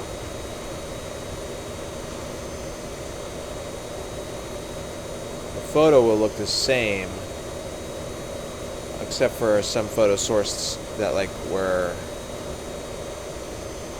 rephotographed. But the jaggedness of the mountains are going to look a lot better soon because I'm going to redo it in a higher resolution basically. Yep. Southwest 1940 Denver clearance. Good evening. Cleared to Seattle Tacoma Airport. Yami 3 departure. Then as filed. Climb via the SID except maintain 10,000. Departure frequency 126.1. Squawk 3336. Yeah, it looks really nice down there. Look at that.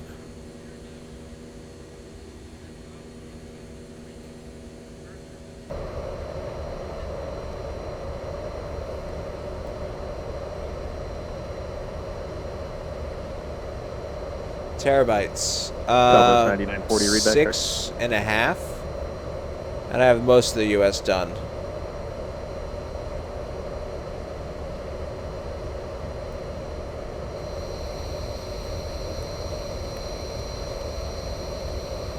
The initial completion of the US will probably be around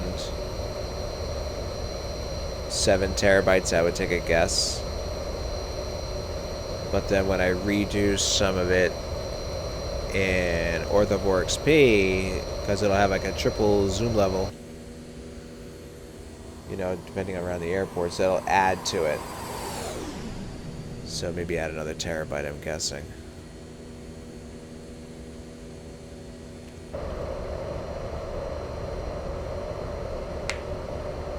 I love this view. You can really see like just the whole cockpit, the skylight.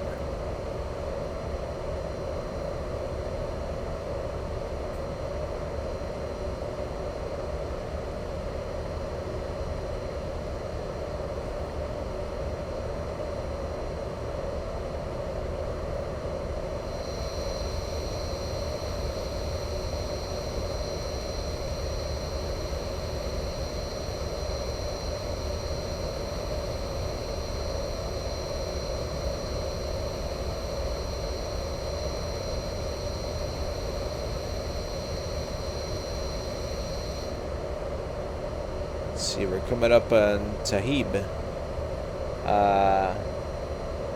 Tor, did you? Boeing 7 Alpha after Menlo cleared ILS runway 28 right approach. Oh, so they just basically defaulted to it being on?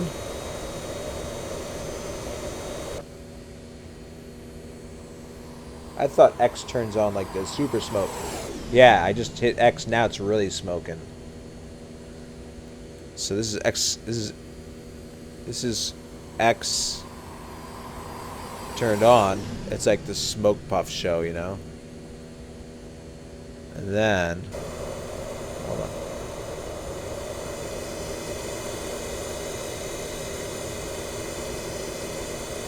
And then X shut off.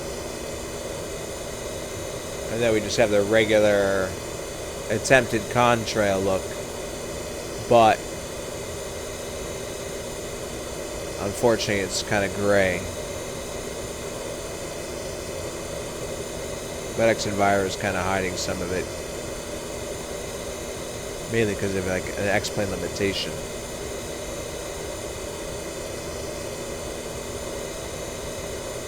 Yeah.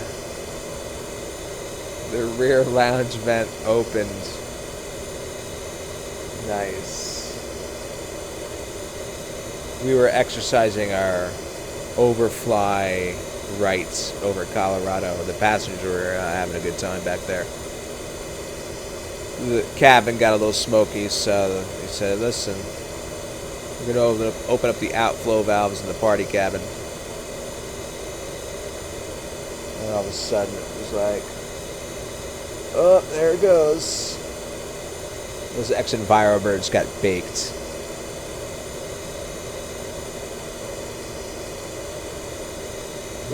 They were trying to fly formation with us, but then they like started crashing into each other and forgetting which way to go.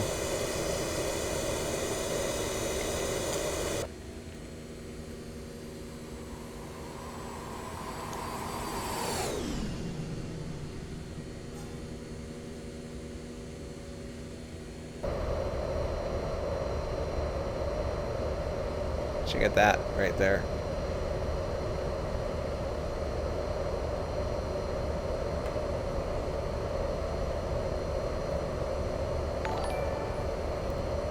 This is called Mount Nub.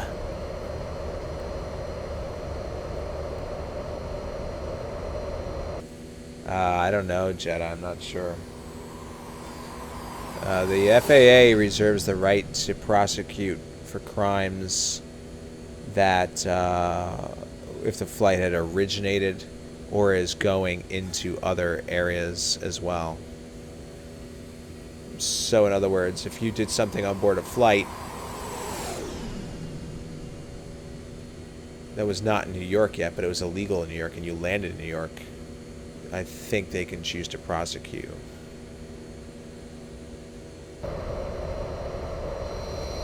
How that applies to drugs, I'm not sure.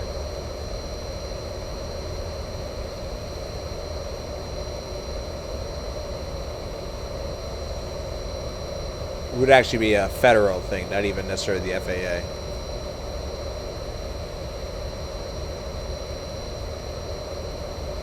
I believe. Yeah, I have to look that up in more detail. I would imagine some of those laws would have to be rewritten too, only because how long ago did,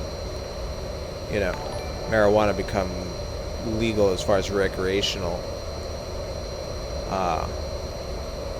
What was it again? Was it Colorado was the first one, or was it Oregon, or which one? I can't remember. Habzo 1119, thank you very much for following.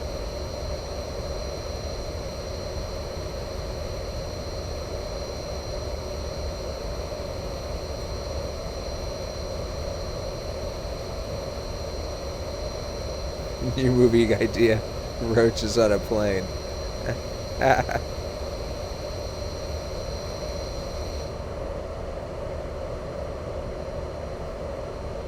That's funny. Uh-oh. I see a little touch of coxcombing over here.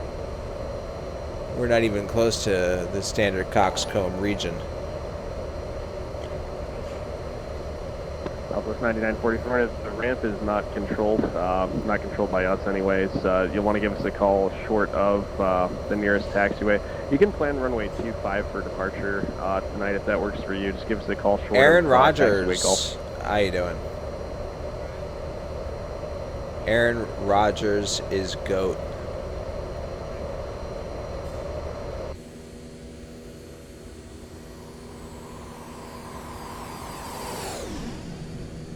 Oh wait, yeah, you want to see a kind of weird effect, right? So the person's like, right about there. Boeing 7 Alpha Kilo, contact San Francisco. It's sort of a Tower, bug out. It's like 120.5. almost too instantaneous to stop. Yeah, let's try that again. It's just like, there's that peak again, Mount Nub. Alright, wait, hold on, let's see. We just passed FX. I have no idea. The one before roll. So let's have a look at the chart. Let's get rid of this. November 837 Alpha Kilo, roll. San Francisco Tower, runway So 28 it's over right, here. clear to land, wind 290 at 15.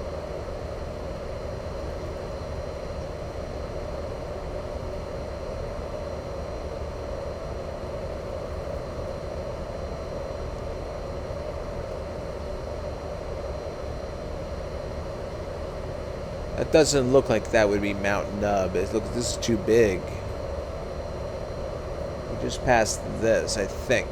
Made that slight heading change. So it's like, gotta be out. Numerous oil wells. Station. Ship Rock? Maybe it's Ship Rock. Let's Google it.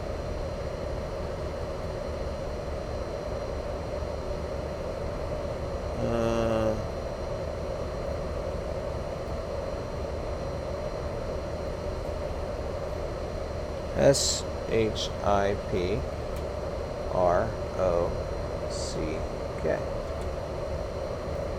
Yeah, that's it.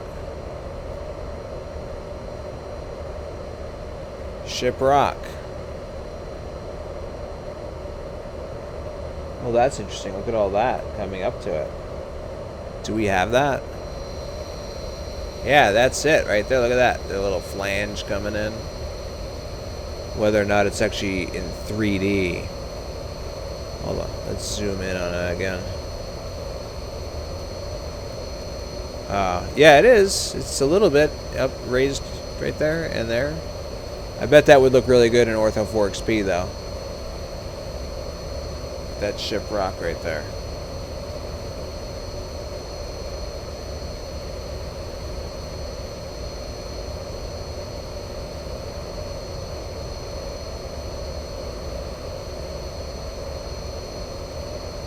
Ship Rock.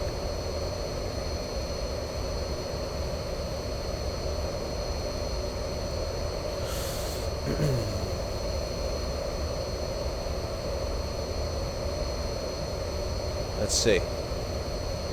Is Mana 7 Alpha Kilo, keep rolling Mana down the runway, exit knock, right on rising nearly taxiway Delta or 1,500 taxiway feet. Kilo to signature. Remain this I'm frequency. curious. A matted knock. Inselberg. So I guess these are like different kind of rocks that just originate and just come up. What about like that that tower? What is that called? Devil's Tower. It was like in Closer Encounter of the Third Kind. Would that qualify as a monadnock? Monadnock? However you say that. Rising nearly 1,583 feet above the high desert plain of the Navajo Nation. Its peak elevation is 7177. I have not played Infinite Flight. That sounds interesting. What kind of a is it like a simulator or more of a game, I guess? Mason and a whole lot of force. Thanks for following.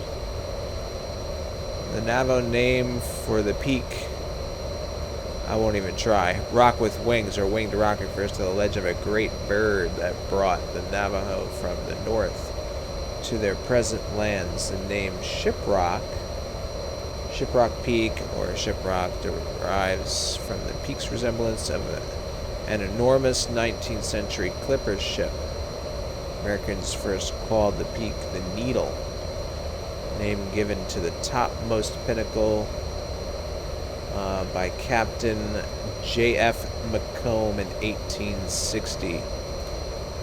It's composed of fractured volcanic, whatever that is, and black dikes of igneous rock called minette, I don't know. It is the erosional remnant of the throat of a volcano, and the volcanic things formed in a thing. The rock probably was originally formed up to 3,000 below the Earth's surface, but it was exposed to massive erosional wall-like below the Earth's surface. Wow. Wall-like sheets of that away from the central information radiometric age determines blah blah blah 27 million years ago, and so on. Cool stuff. Gotta love ortho. If we didn't have ortho, would never even bother.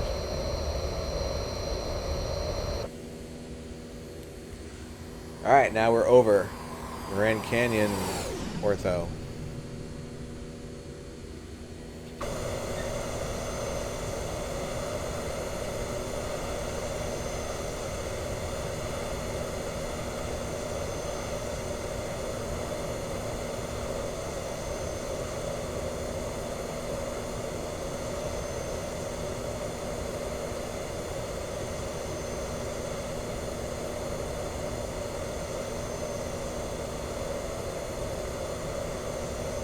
Believe in UFOs.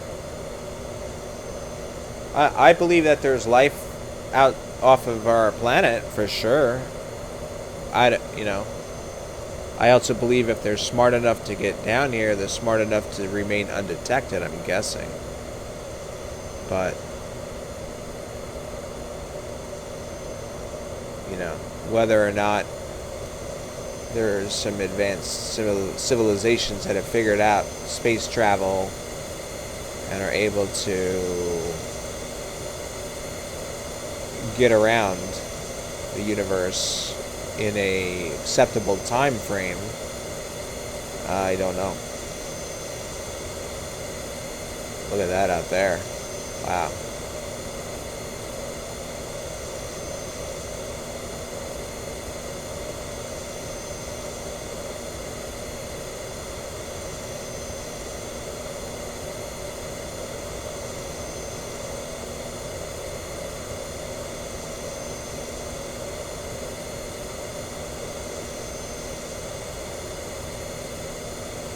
Number 837 Alpha Kilo, San Francisco ground, roger, taxi via Echo 2 signature.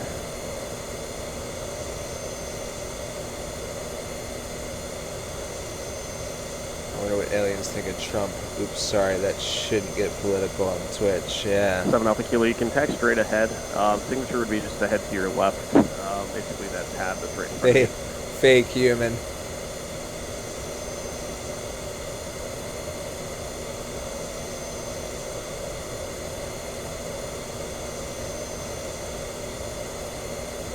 Southwest 9940 Denver Tower, runway 25, cleared for takeoff, wind to 140 at 3.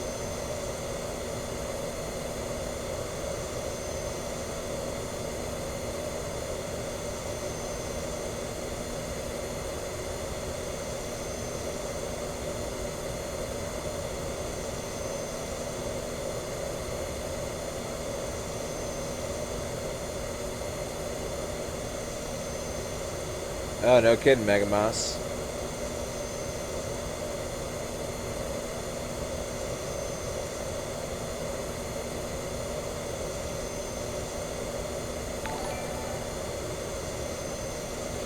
This is, by the way, out here, this area is Orthoforks P in USA 2.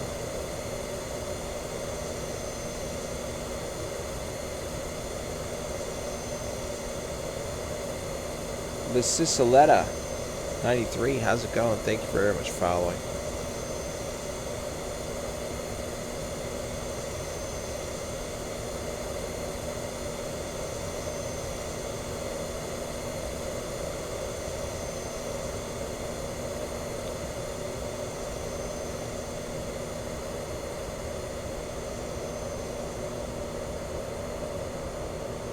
Yeah, feel free to describe what you saw.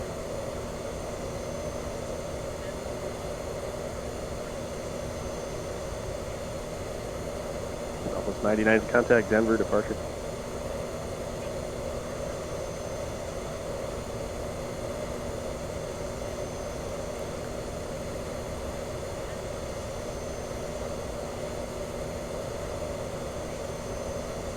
Southwest 9940 Denver, departure, radar contact, climb and maintain flight level 210.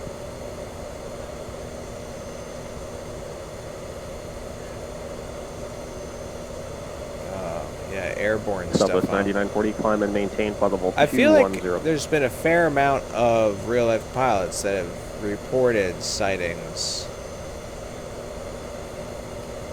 It kind of makes sense, in a way, being that you're like high in the air and unobstructed view. You'd see something from a different perspective, or you know, since you're in the air, you're less distracted by what's going on around you on the ground.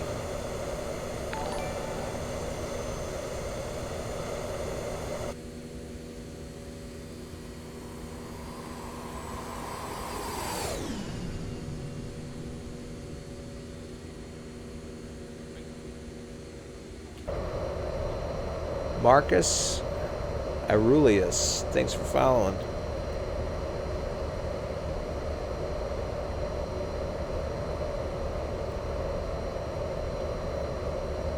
Alright, so we're coming up on Rule. Well, it's still about another 60 mile away. Well, let's go ahead and check it out over here. So this was Taib. And here comes Rule. So we're already enjoying some pretty fantastic scenery as far as color goes. We're not even over the actual Grand Canyon yet.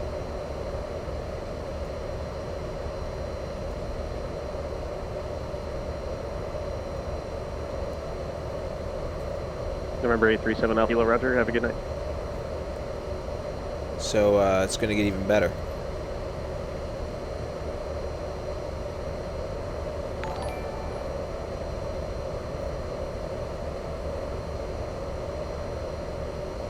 No kidding, Mega Mouse, yeah, wow.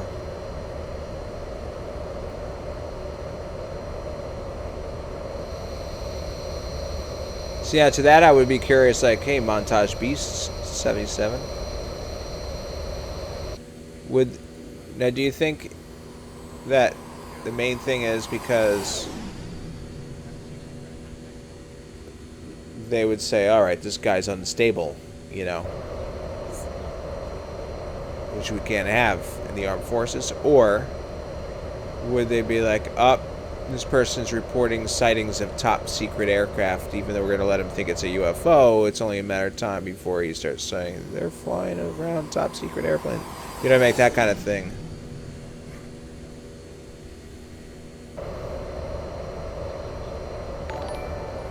The new auto host with Twitch. Oh, auto follow? Auto follow. No, why would they do auto follow, Chieflin? Hey, Chili, how's it going? I mean, I've heard of follow bots, which are really annoying. Gustaber 43, how you doing? Thanks for following. Hey, Ernie, how's it going, man?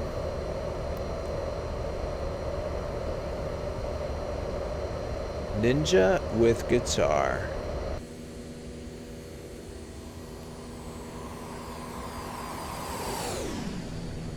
We're just cruising along. Flight level 280. Yeah, we're talking about UFO sightings, and also basically Megamouse explaining that at the time that he had a sighting, how he was told, like, don't even report that. Don't say anything. You'll be booted.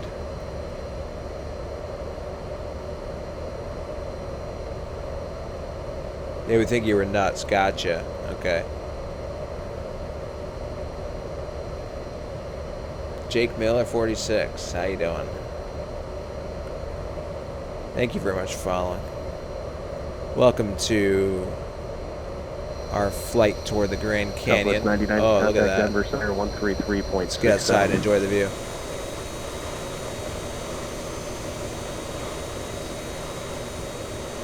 Northwest 576, contact LA Center 133.55. Good night. 133.55. Good day, Northwest 576. 133.55. I want to get into them as quick as possible so we can go back outside and enjoy that view.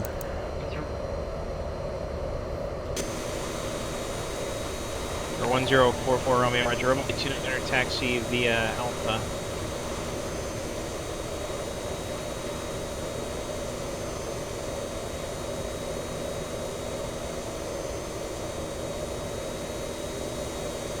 Wow. Psycho Domina, how you doing? Thank you very much for following. Let's do it this way.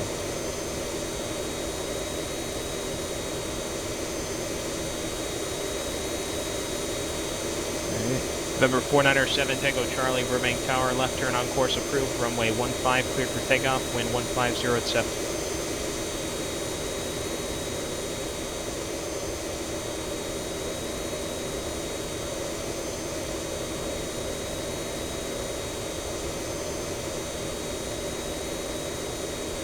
Los Angeles Center, Northwest 576, level 280. Northwest 576, Los Angeles Center, Roger.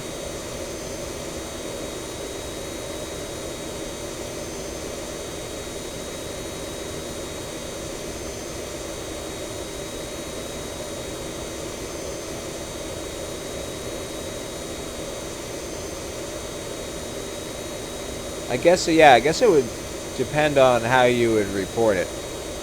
Like if you ran into your CO, it's just like, I'm telling you, man, I saw an alien. He was following me and maneuvering around. We have to call the media. Tell them that there's, aliens visiting our planet.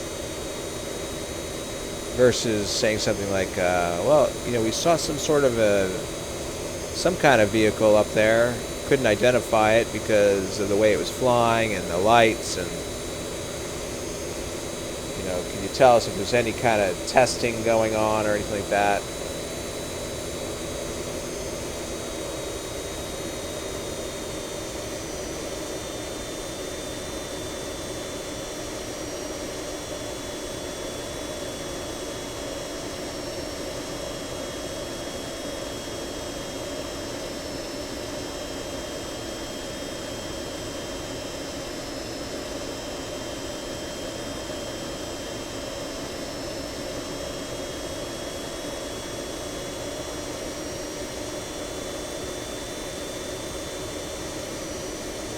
Oh, there goes some more ground crackage.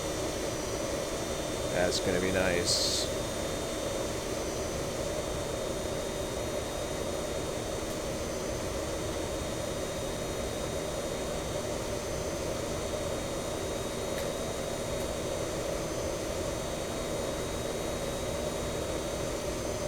An Area 51 flight.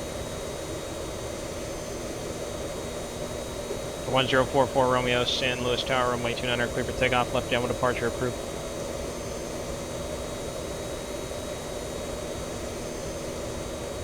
Number 497 Tango to radar contacts the altitude.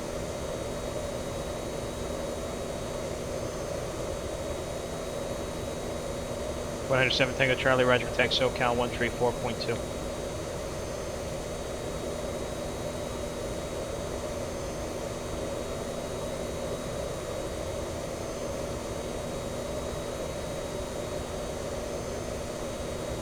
Just trying to see what's out that way.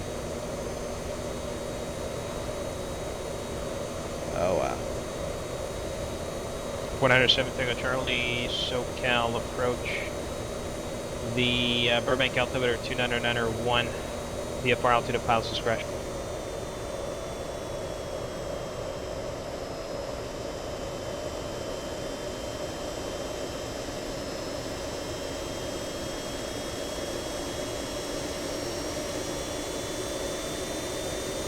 That looks sick.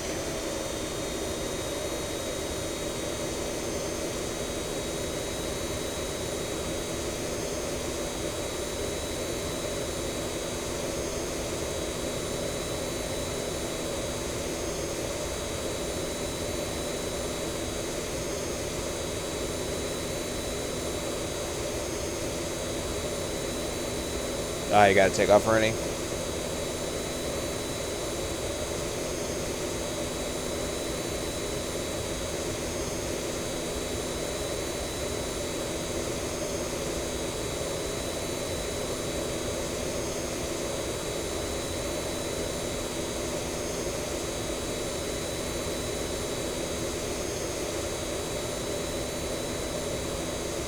It's crazy how this ridge just goes all the way across there.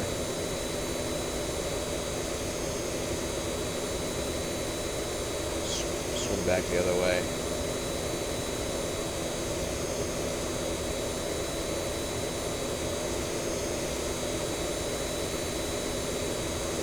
Oh, you're taking off too, Greg? All right, man.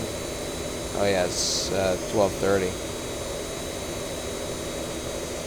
Have a good night, buddy.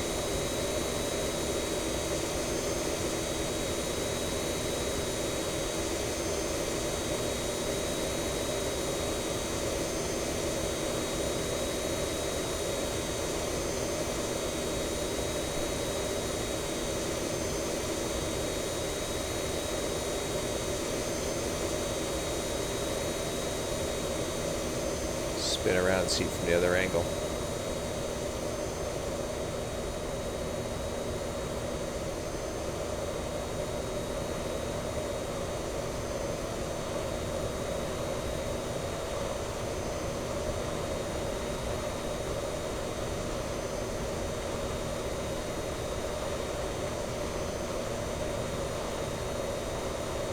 Wow.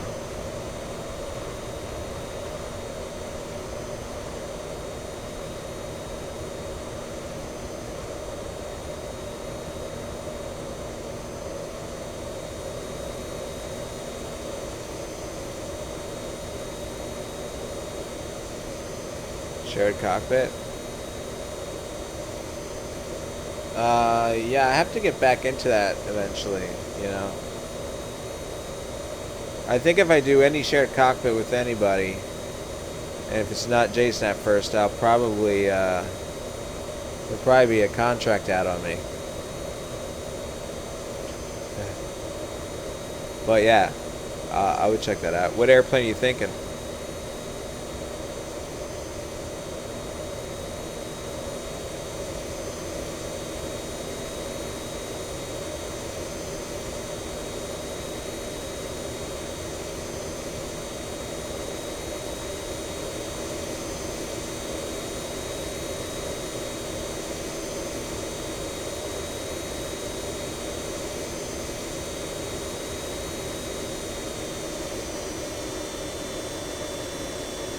Let me check, like... Uh-oh. Don't crash. Ooh. Oh my god. Let's let that breathe for a minute. Okay. Alright, so our power setting is kind of going back and forth, but it could just be that the wind is sort of loading back and forth. Don't know. Top of descent is still not for another 200 miles, so we're okay.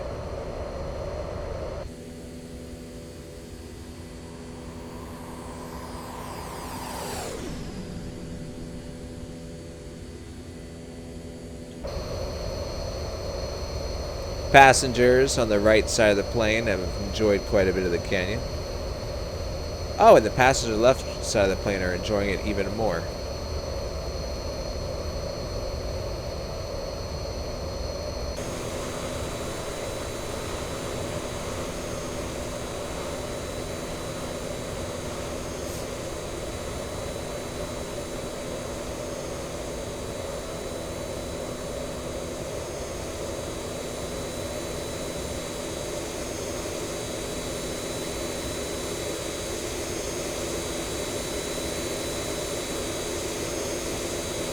Oh wow, yeah, that would have been rough on PE. A couple times I've been on my way into LAX and the frame rate dropped to 1. And you're just waiting and waiting and waiting. And then eventually one of the controls comes to you and says, we're showing that you've paused your sim here. You know, because you're basically jamming up potential traffic behind you. And that's when I'm just like, yeah, I'm just hoping that my frame rate comes back. And, but a couple times it never did. I actually had to quit the sim.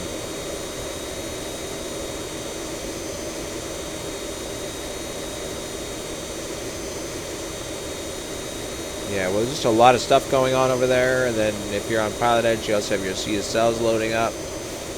Wow, look at that.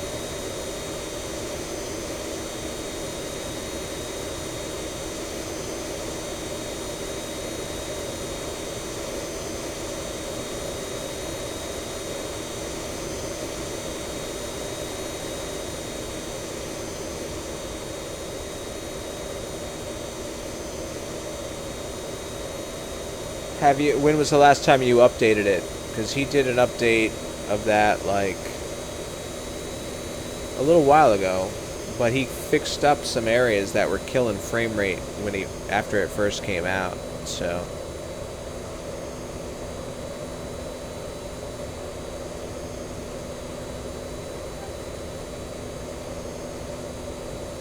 yeah, it sure is, Trent, man. To the 757. That's cool.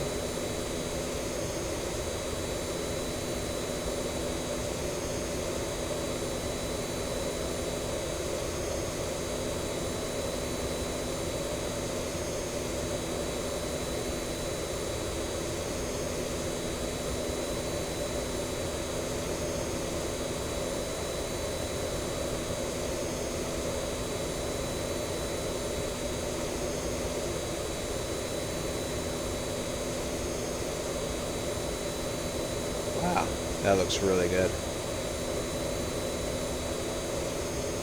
1044 Romeo Santa Maria Tower, and a right down 130 report midfield. So yeah, this is the USA 2. Key thing is, if you decide to make this, you have to make it all zoom level 17. You don't want zoom level 18 around airports. Unless there's been an official way to compensate. The zoom level 18 has different coloring. Doesn't match up well with the zoom level 17. Hey, fill in 21. So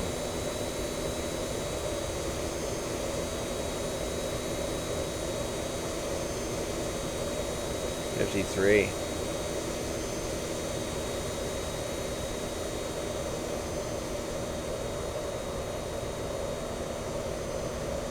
I don't know what my time of day is. Let's make it a little bit brighter.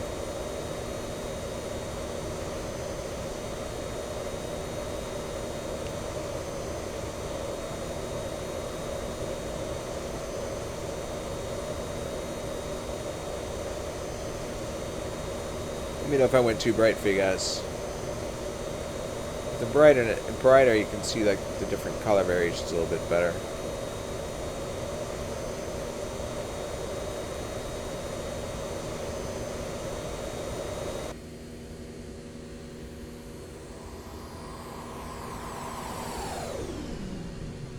Oh yeah, we're going like over the heart of the canyon now. Approaching it.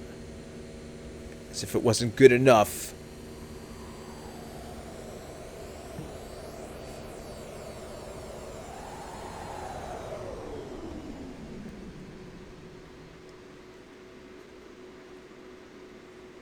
Four niner 7 Tango Charlie, radar services terminated. Squawk BFR, frequency change to a full lift tower approved.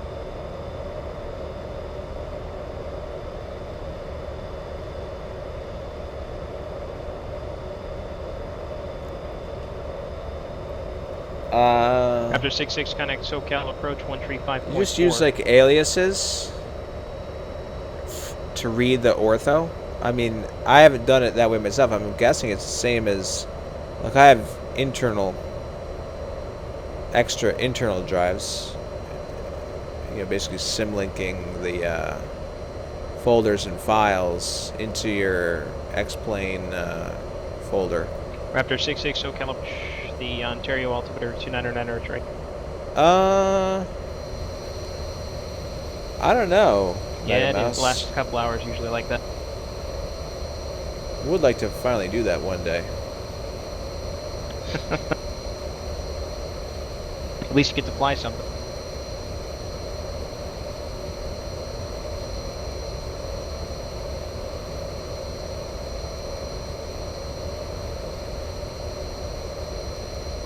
Oh, Wednesday. Oh, it's like a week ago. Nice. 53. Happy birthday, yeah. Hope it was a good one.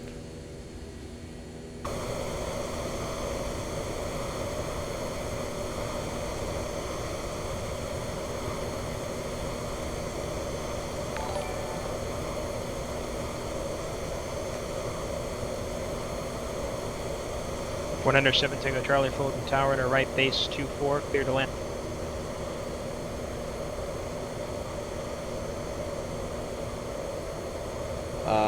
Hanson 69, thank you very much for following. Hope you're enjoying the scenery so far.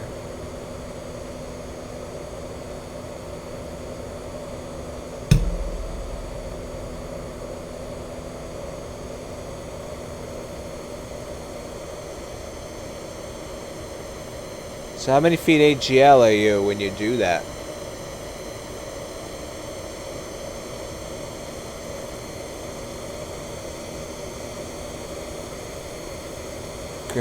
Your name is Chris Hansen? I'm Chris Hansen. Why don't you have a seat over there? You know that girl was 13, right?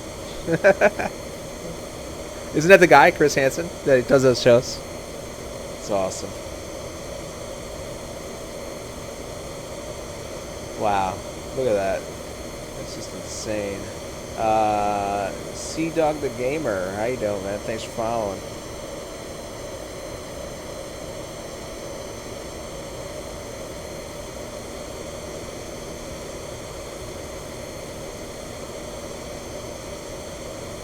$4,000 AGL.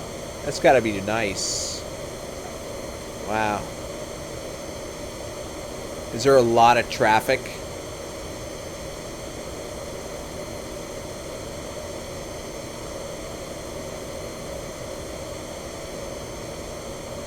Zero 44 Romeo, Santa Maria Tower, runway 30, clear to land.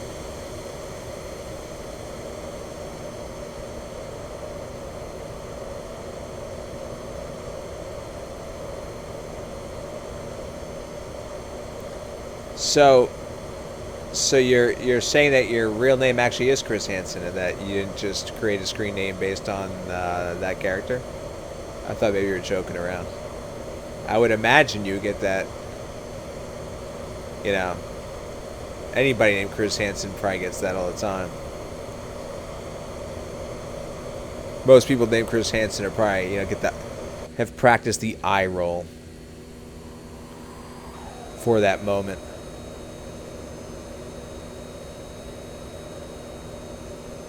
Wow, that looks sick.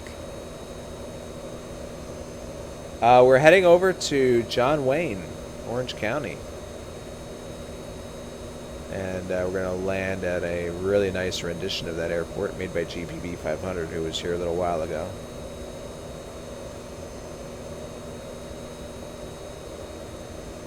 Oh, let's check it out. What do we got? Oh, nice. Holy wow. So the color on this ortho source is not too far off.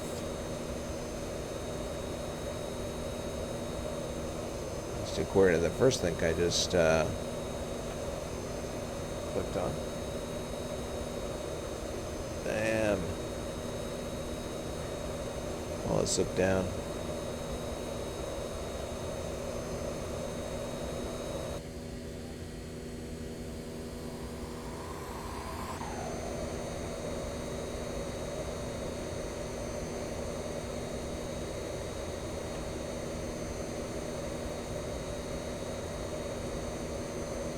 So the limitation that we seem to all be dealing with in our ortho with the mesh is how sometimes on the cliffs they're like bleeding off, like sagging.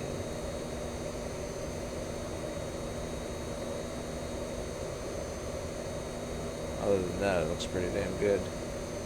Ubi1, how's it going? Thanks for following. Alright, hold on, let's see the other image. Nice.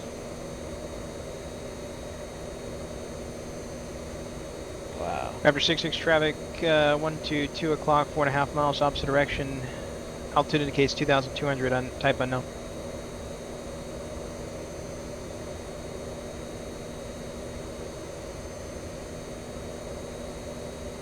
Thanks for sharing those, Rod. Much appreciated, buddy.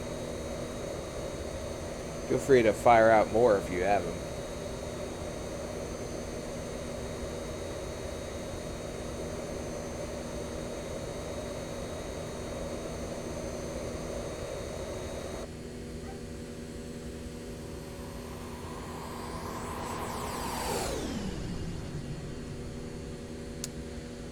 Well, we're exiting the main part of the Grand Canyon as far as where we were going to cross over at.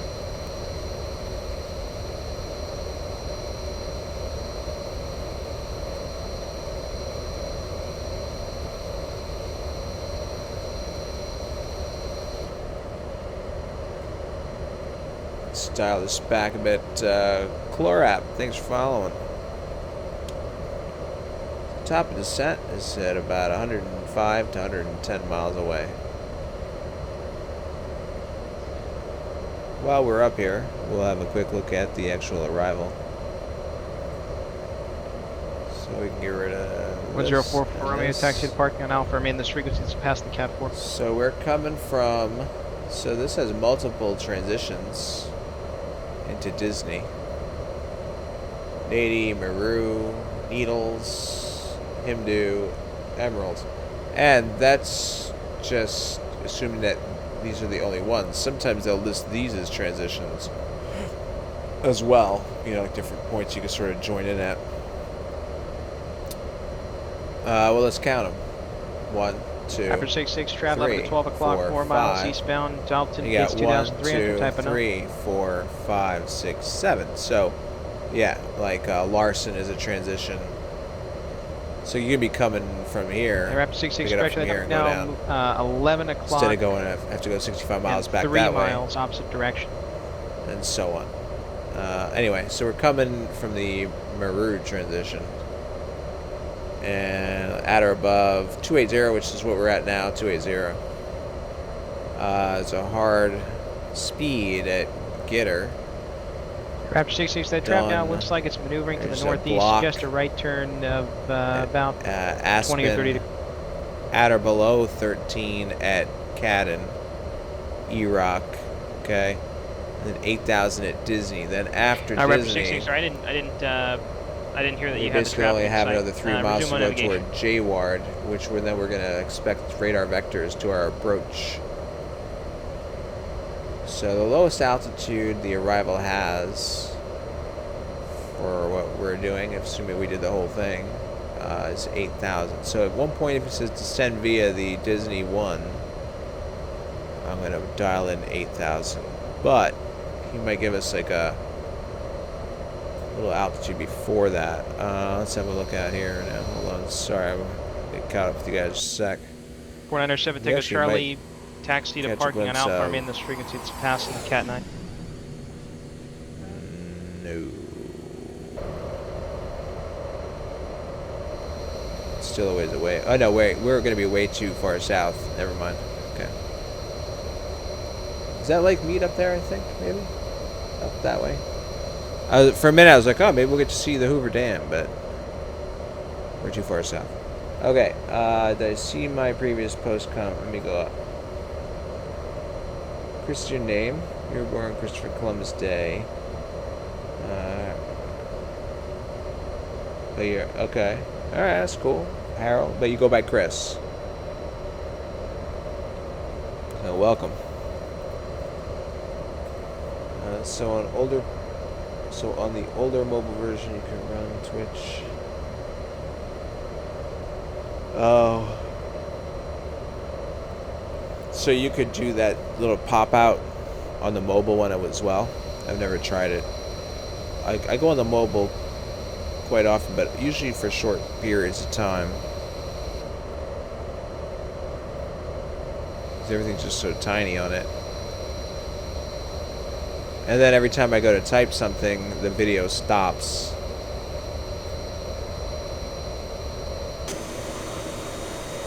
Let's go back outside.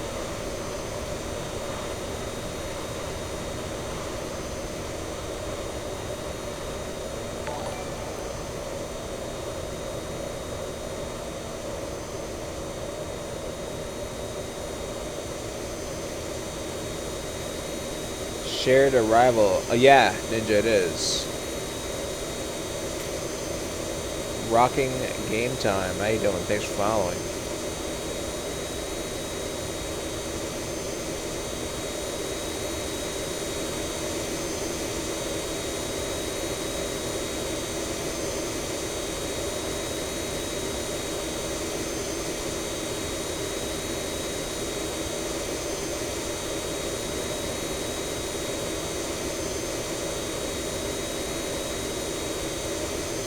Oh, nice. Let's check it out.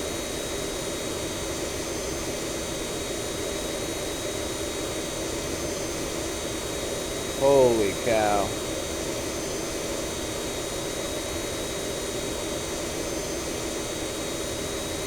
Wow.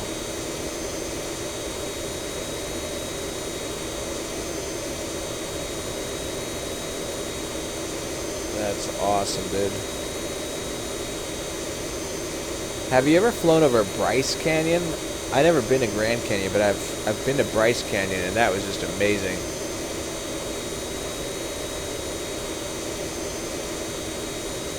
Raptor 66 traffic 11 direction 1 o'clock, 4 miles northwestbound. Altimeter indicates 3,900 ascending.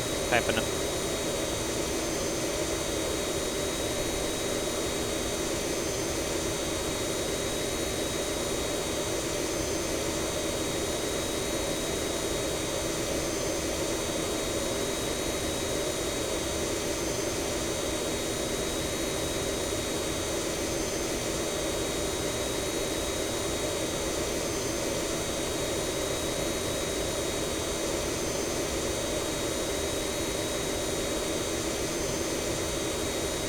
If you didn't, can you please fly to? Well, I can't fly there tonight because it's 1 a.m. Eastern time. So this will be my last leg. I haven't flown to Baltimore, but I've flown right near there. I've gone into Dulles.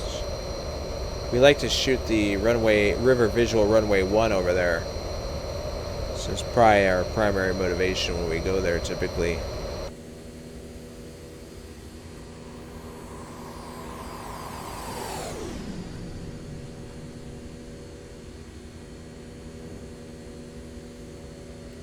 Raptor 66 traffic 11 moving 12 o'clock, 3.5 miles eastbound. Nice. Altitude How'd you indicates like it, Rod? 3,600. Type it. I wonder what Zion National Park would be like to fly over. We drove through Zion on our way to Bryce because we flew into Las Vegas. It's a bummer. I wish I could fly into Las Vegas now, just based on all the flights we've done in the sim. But this is like way back in 2001 when I was flying mainly on the East Coast in my simulator. Probably version like 5 or whatever version that would have been back in 2001, just before 9/11.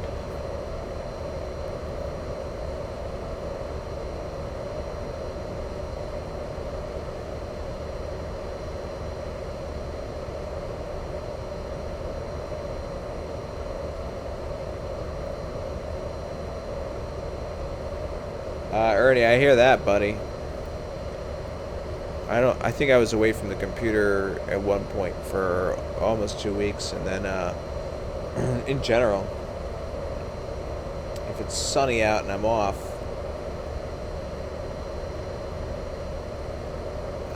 I just make it a point to get out. We have I would say it's shorts and t-shirt weather in New York from the first week of June. You get like teases of it in May. But otherwise, first week of June, it's like usually there for good. Except this year we had some weird weather days the first week of June. Up until the end of September. So what do we have? June, July, August, September. 4 months out of 12 where I can do shorts and a t-shirt outside. So I do my best to take advantage of every possibility. Where I can just cruise with the windows open, you know? That's what I like to do.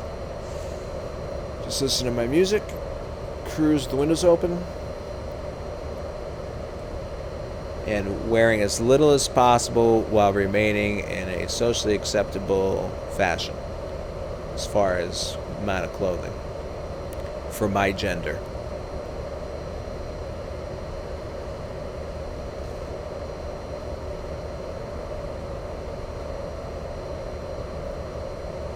Okay, so it's not as spectacular. He flew over Zion on the way back, took up a photo.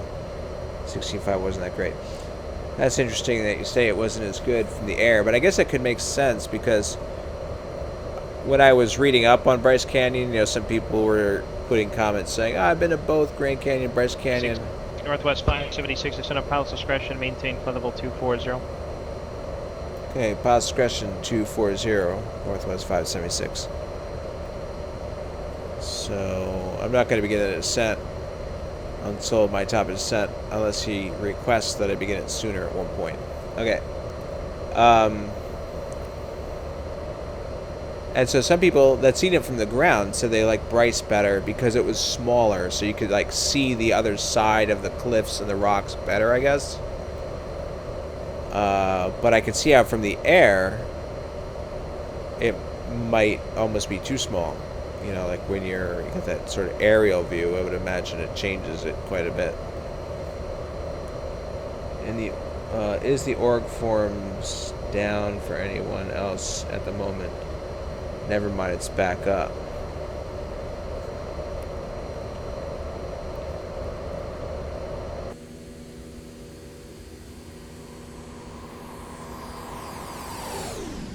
Zion 16.5. Let's check it out.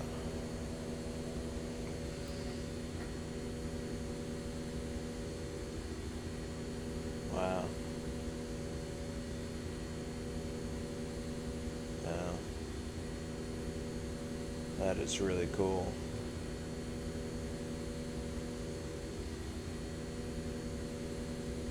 Oops, maybe I should. I'm staring at the picture. Forgot I was flying an airplane at the moment.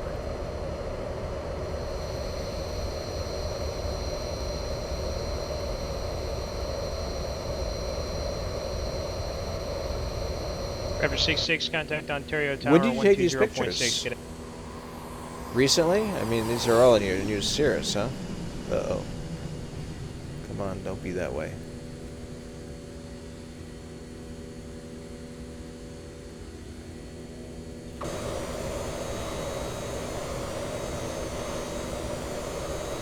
Raptor 66, Ontario Tower, good evening. The wind 280 at 7, landing on the south ramp, pilot's on route.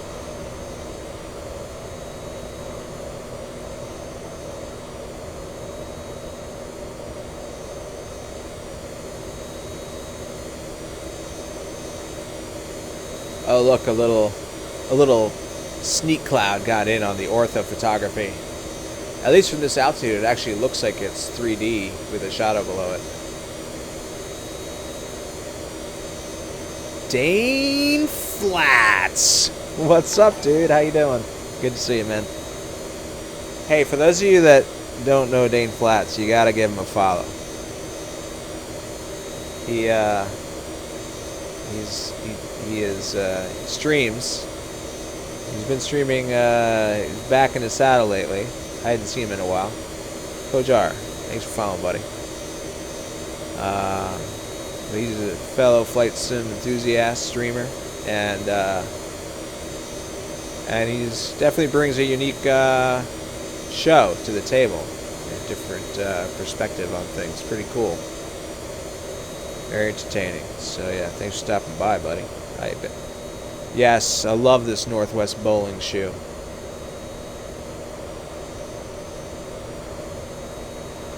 Uh-oh. Got a little ortho malfunction over there, huh? Let's hide from that side. There we go.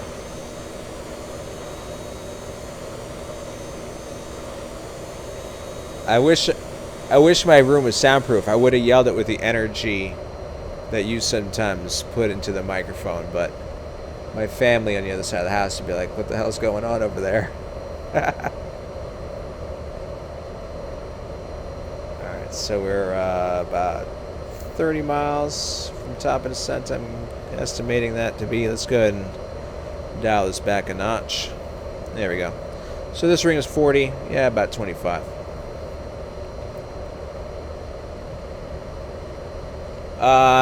Okay, so yeah, let me show you that. So that was due to the photography. Alright. However, X-Plane also does shadowing as well. So like if I were to, it might be hard to differentiate. But like this is X-Plane shadowing right here. In fact, I'll shift it all the way to the other side of the daytime. See how it just disappeared? And then we'll go back to morning. It's on the other side. And, yeah.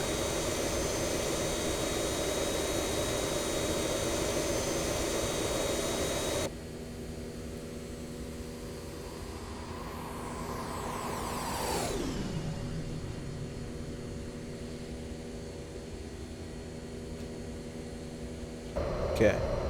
So I'm going to go ahead and put 240 in here.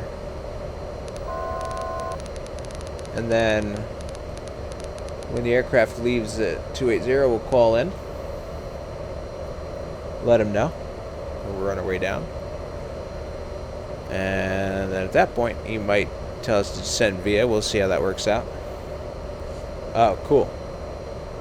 So, Dane, I don't know how much you saw, but Rod has been kind enough to share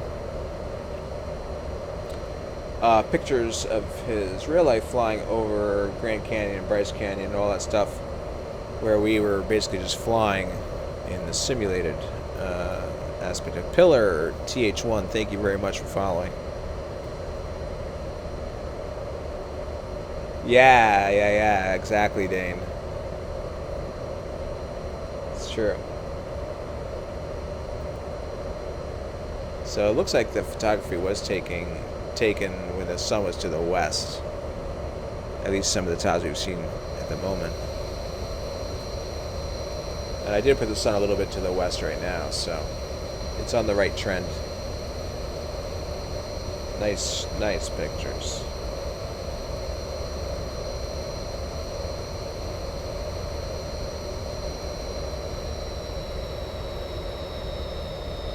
Okay, we should be coming up on top of descent in another couple miles. About 6 or 7 miles.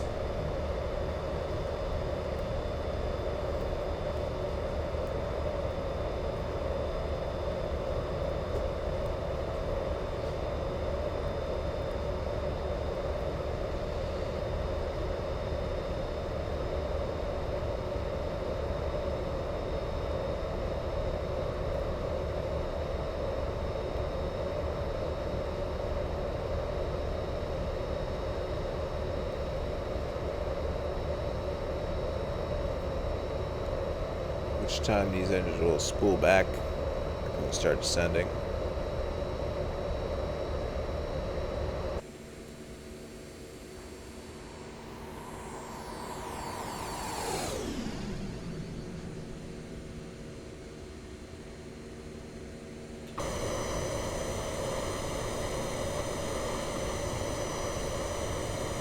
Alright, here we go.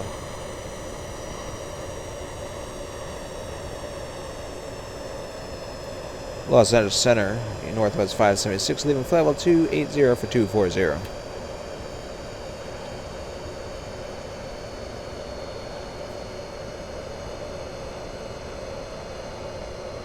Northwest 576, roger. Contact center 126.35. 126.35 Northwest 576.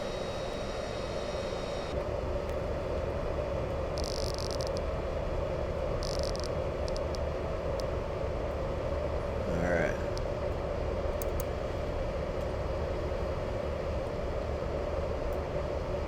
LA Center, Northwest 576, level 261 for 240.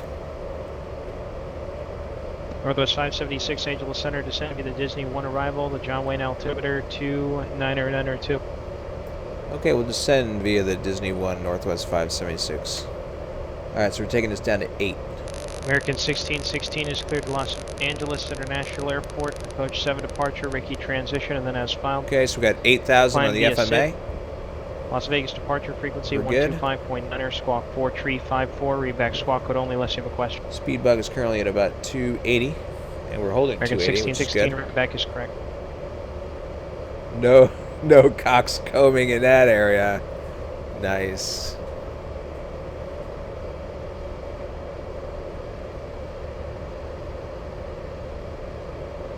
Alright, let's just make sure our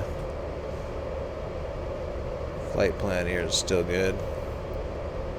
So Disney, J-Ward, Bonky. We fixed that earlier.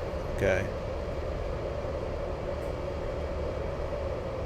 I'm going to put in the ILS frequency for the approach in there, even though we'll probably get a visual. So it's good to have the data available. 111.75.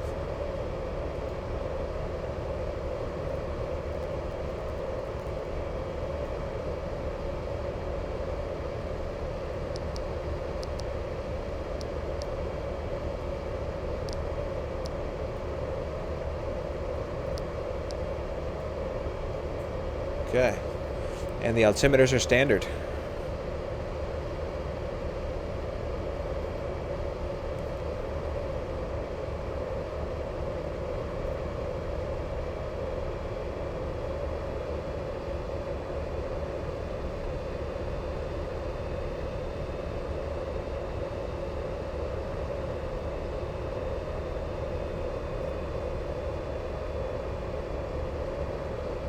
American 1660, Las Vegas, ground runway 25, Oh, right, wow, taxi no via kidding. Trouble.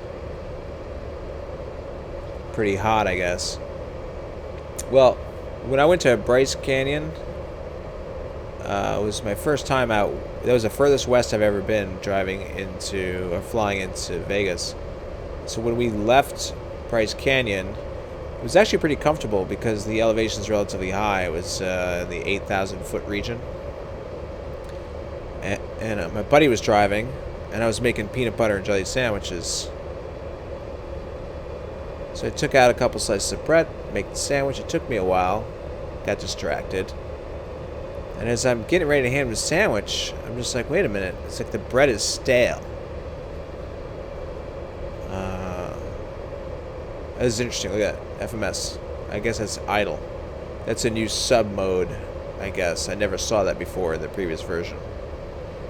This is 1.31. So anyway, so I'm like, oh, you know, the bread feels stale. So I said, all right, let me just make him a sandwich, you know, a little freshy. And I checked the bread, you know, it's nice, soft, everything comes out. It takes me like another 5 minutes to make the sandwich. And as I'm making a sandwich, I swear, I feel the bread. It was so dry out. By this point, we were at a lower altitude. So like the temperature was already at about 105. Like it was in the 80s up at the canyon. And it was like 105 degrees. And we had the windows up and the AC going, but you know, it's still bone dry. So it was just sucking the moisture out of everything. It was crazy. XHTXC, how's it going, man? Thank you very much for following. Alright, we're coming through 18,000 temperature, rather the altimeters are standard, so we'll leave those alone. And we're just putting on our lights. Yeah, exactly. It was like baked in my hands. Yeah, the ski American slopes over there. 1616, Las Vegas Tower, runway 25 right, clear for takeoff, wind 210 at 5. Northwest 576, tax SoCal approach on 135.4. 135.4 Northwest 576.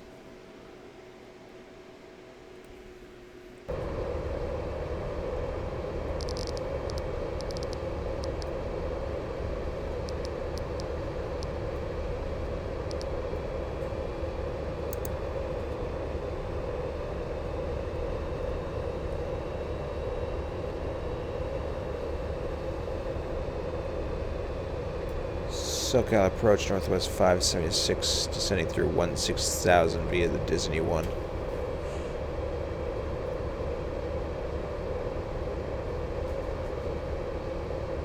Northwest 576, OCal approach, Ontario altimeter 29904. 2994 Northwest 576.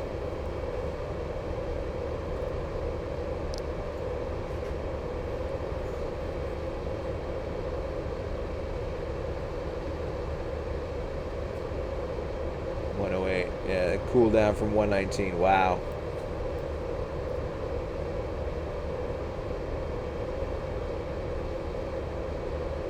Montage Beast. If you're asking me, I don't. But if you're asking Rod if he uses it in real life, that might be an interesting question as well.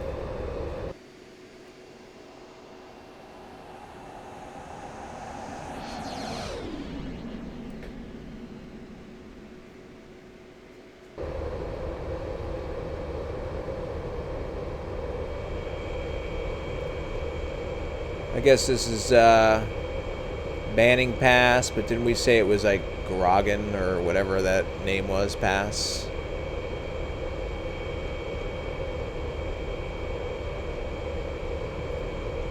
Oh yeah, here, like Route 15 comes through here, I think. Done plenty of GA flights. Big Bear, right? I think Big Bear's down here. Or am I wrong lake, maybe? Hopefully one of Greg's future airports.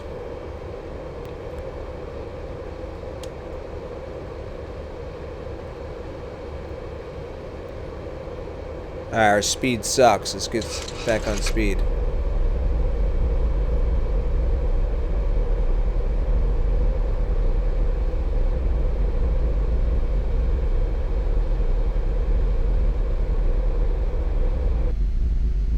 So they're gonna fix this sound too. This rumbling when you're outside the plane.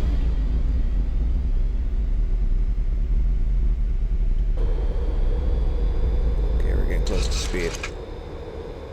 Okay, so we gotta be down at... Oops, wrong page. At or above 12 at E-Rock.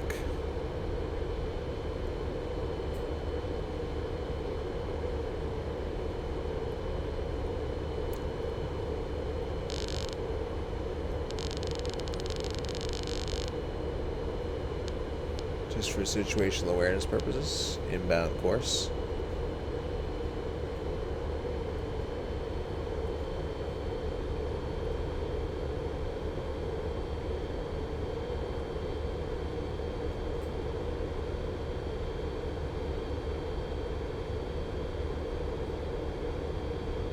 Gran Turismo. American 16, second contact I departure. drove that on my friend's console. Do they have that on computer as well?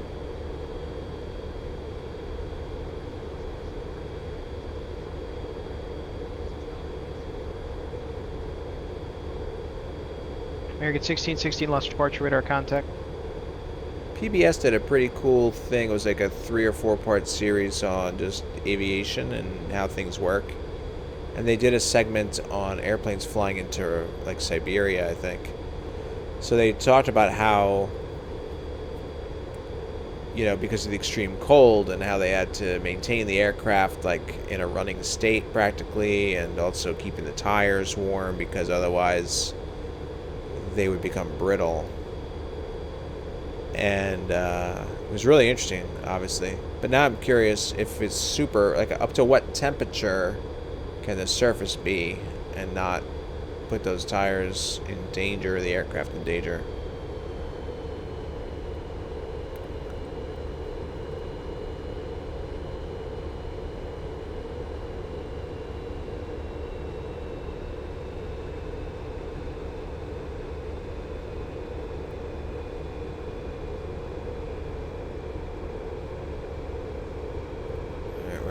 back down again. Let's keep that spoilers out. We're getting a little fast again.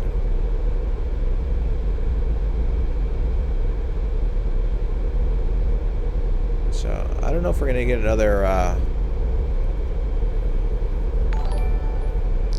change to SoCal frequency. I'll put in the tower for now. 126.8.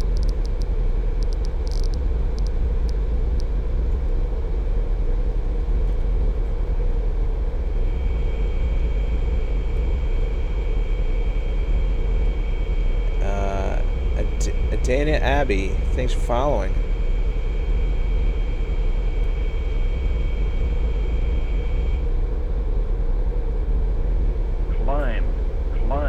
Climb. Clear of conflict. Alright, good.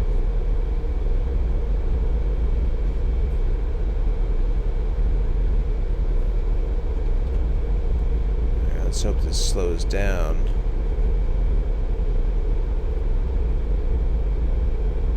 In the meantime, let's look at our desired landing speed. 134. I'm going to give it a 5 plus 5. So we'll shoot the approach around 140 and see how that holds us. Okay, I'm going to pull the... those are going to give it a notch of slats. Hopefully that will also provide us with a little bit of drag on the way in.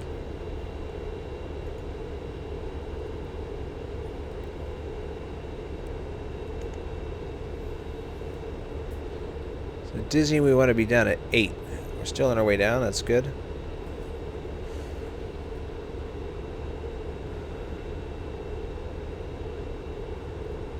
Ah, nice. Projector on the wall.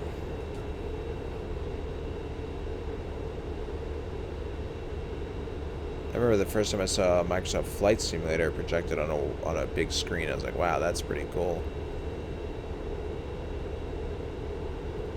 Of course, I was wishing it was X-Plane, but yeah, it was just really cool to see. Oh, you know what I gotta do? I gotta put those pumps back on. Let me run my arrival checklist. Alright, so we got a descent and approach.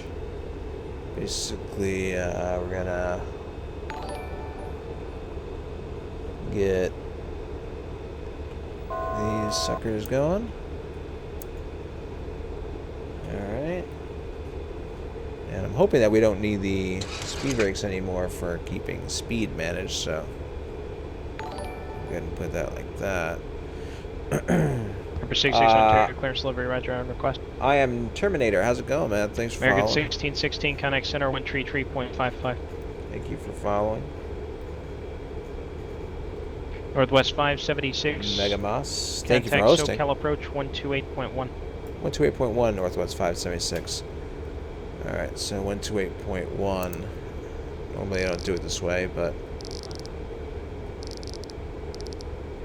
American 1616, Los Angeles Center, climb, maintain, flight level 280. Okay.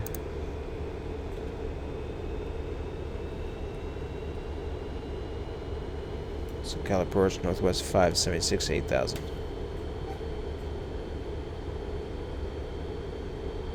Northwest 576, SoCal approach, roger. Expect the visual 20 right. Visual 20 right, Northwest 576.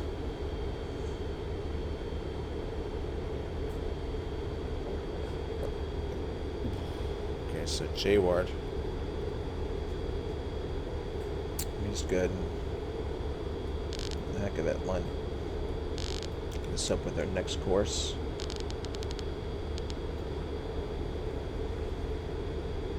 Adjust vertical speed. Adjust. Let me just check something over Clear here. of conflict. Alright, 260. So Descend. Clear of conflict. give this, actually I'm gonna technically, even as taking this 265 to our next, actually no, the 260 is looking pretty good. Alright, we'll just keep that going. Pretty hazy. I'm gonna slow us down a bit, so we're gonna do FMS override, and I'm gonna take the speed down to 180.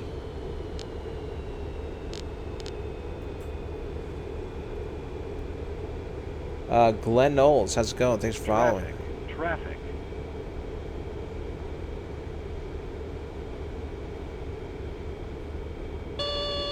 Landing gear. Northwest 576 is going to maintain 6,000. 6,000 Northwest 576. Alright, so 6,000, big Raptor mistake. 66 squawk 4705, SoCal departure on 135.4. Just got to make sure that you got 6,000 in your FMA right there. Raptor 66, read back correct, contact tower when you're ready for departure. I've made that mistake enough times where I put in the altitude, somehow it's not in there, and I keep descending. Okay, I got the hangars in sight. I'm going to call the field in sight. Oh wait, why am I getting so fast? Damn. I can get away with a notch of flaps.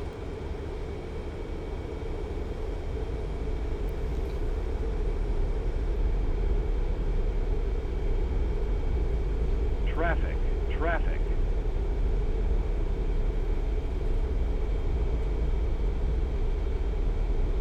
We're getting some serious frame hits. We do have traffic out in front of us, 200 feet below us.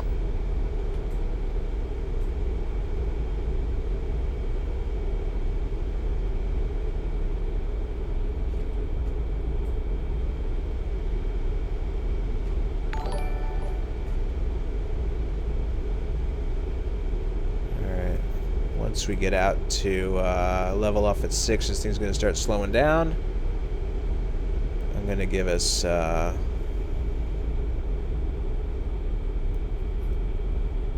Pat Kunza, how's it going? Thanks for following. Raptor 66 Ontario Tower, roger, standby.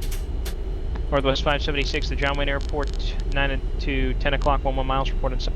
Traffic, airport in sight, Northwest 576. Northwest 576, roger, clear visual, approach runway 20 right. Clear visual, 20 right, Northwest 576.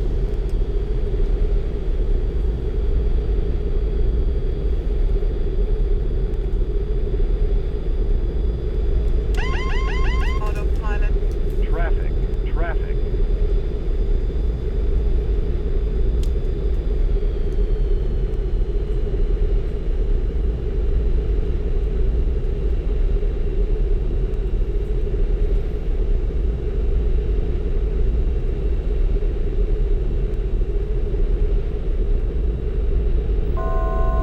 There's the runway right there. Altitude. Altitude. Altitude.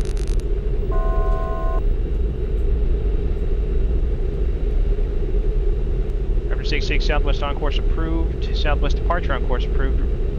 Departure from the south ramp will be at pilot's own risk. The wind 2807.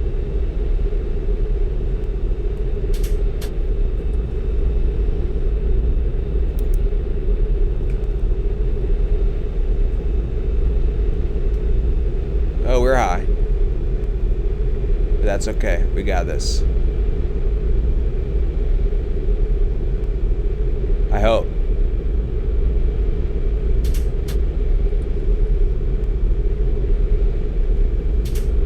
Okay, we have full flaps.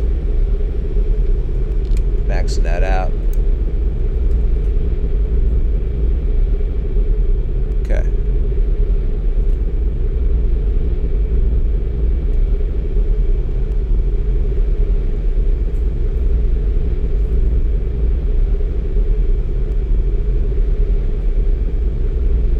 Chili, don't worry. Every once in a while, I definitely get wrecked, and on top of that, I've gotten wrecked many times. But I definitely subscribe to, you know, what doesn't kill you make you stronger. So.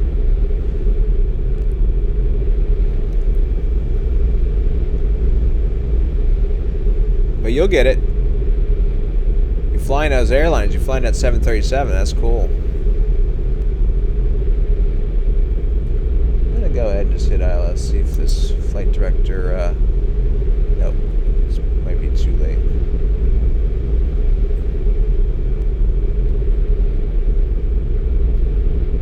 Oh, there it goes. No, never mind.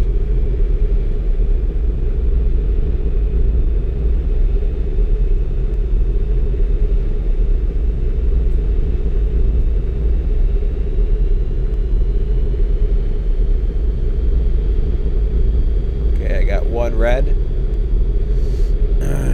3 whites.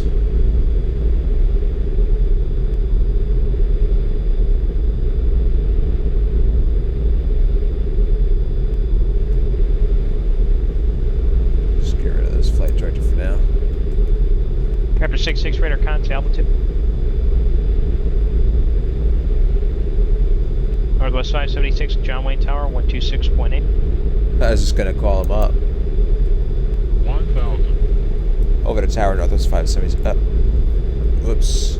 Wrong freak. Over to tower, Northwest 576. John Wayne Tower, Northwest 576, visual 20 right. Northwest 576, Wayne Tower, runway 20 right, clear to land, wind 210 at 5. Clear to land, 20 right, Northwest 576.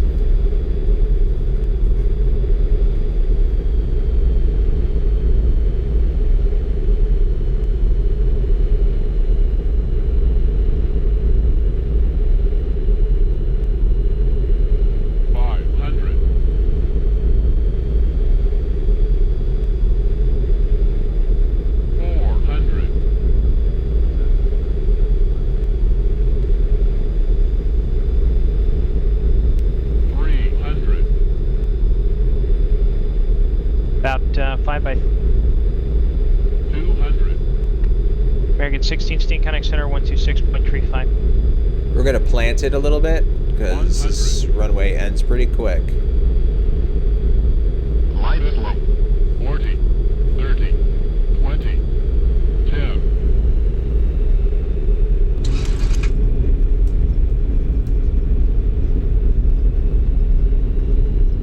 Fly that nose wheel down. 1616 Los Angeles Center, descend via the Angel 1 arrival, Los Angeles altimeter 2992.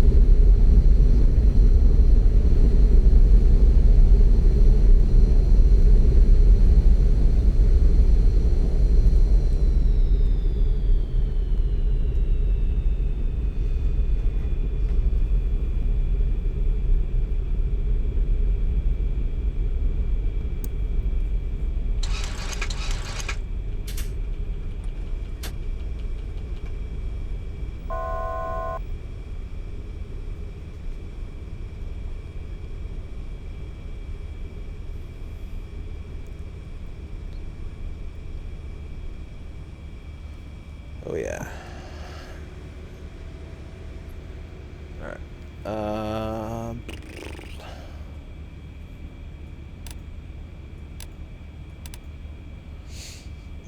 Sierra Tower, ramp 66, request free change.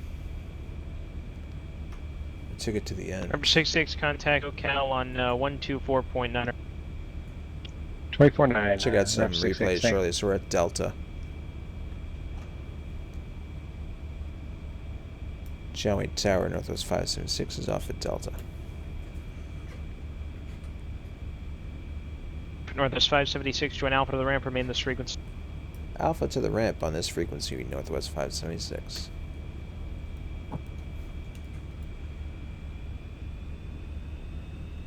No, thanks guys. On the visual taxiway, Charlie.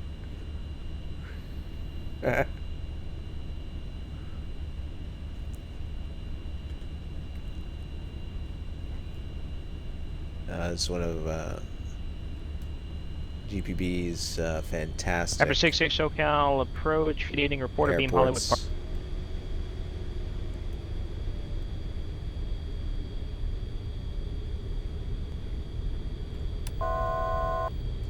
Look at that! Look at that! Random engaging of the flight director. It's so weird. Just turns on. It's like, hey, I want to turn back on. I really want to direct you on this flight. No, you really want me to direct you. Just let me turn myself on.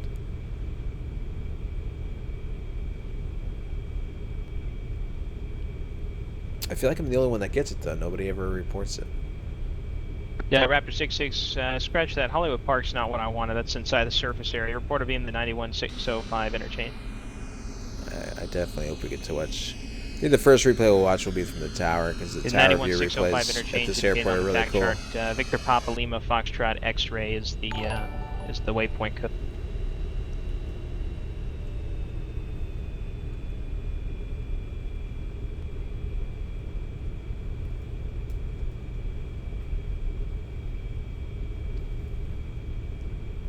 Josh 12290, thank you very much for following. Now, was it American that Northwest had merged with, or whatever? I don't know. Let's go by the American aircraft down over here.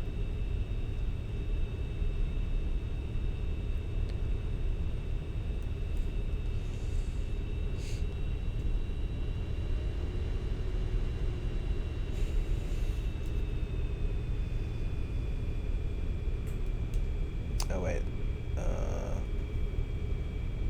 Hold on. I'm not sure you're talking to Chili's. I'm sort of half on, half off of chat.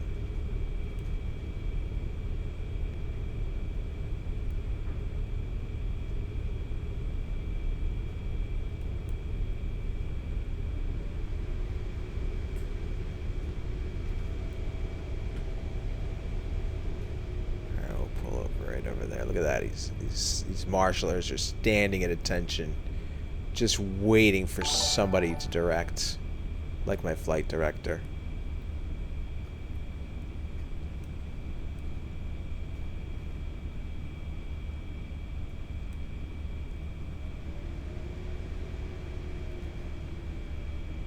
Come on, let's see your hands come up. Fathom, how's it going? This guy's slacking. He's like, your nose lights are too bright. I can't do anything today. I'm on strike against bright nose lights. Ugh. Did we hurt him? No, he's still plenty of space.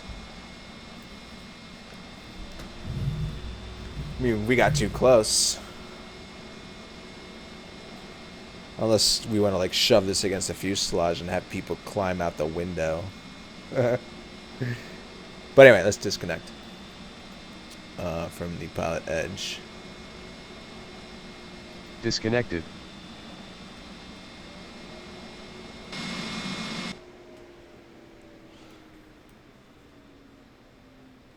Yeah, usually they do, Dane. So I'm not sure.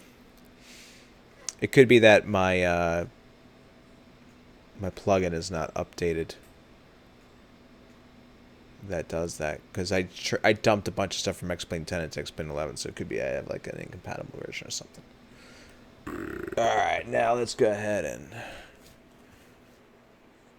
rewind. Let's just do right about there. See how close we were. Yeah, it's not too bad. We'll just go ahead and rewind it from that point. Yeah, sure. Go right ahead.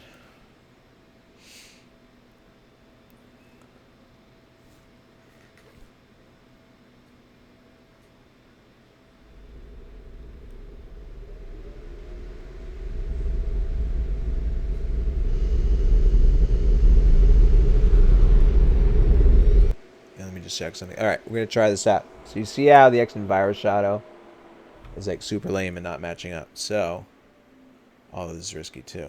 Take X-Enviro, you shut it off, and then you turn it back on. And the shadow usually stays in alignment pretty well. Whether or not it will do it through a few replays, I don't know. But anyway, little trick, in case you're wondering, on your replays. Because the shadows give a nice perspective on like how close you are actually to the ground, so. Oh, that was a little further than we wanted to go, but that's okay. Watching.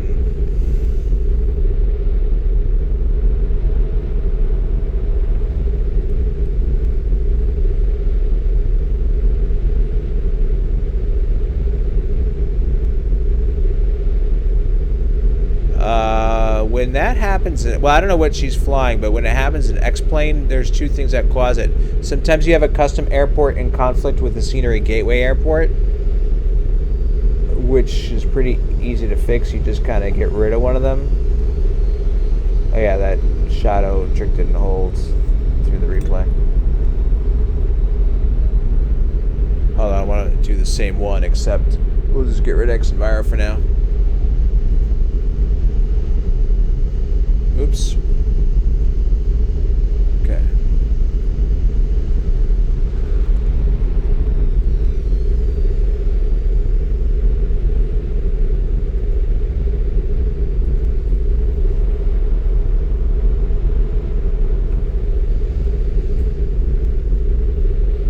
And then the other ones, sometimes what will occur is that the photo, if they're using photo scenery, the photo scenery and the airport might not have lined up.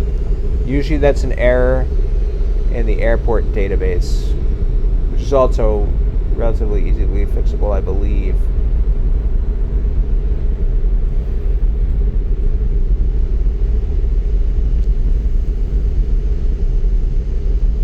Frame rate's kind of getting hit for you guys. It's definitely like my OBS. I'm gonna just run that one more time. I want to be a little smoother on the camera.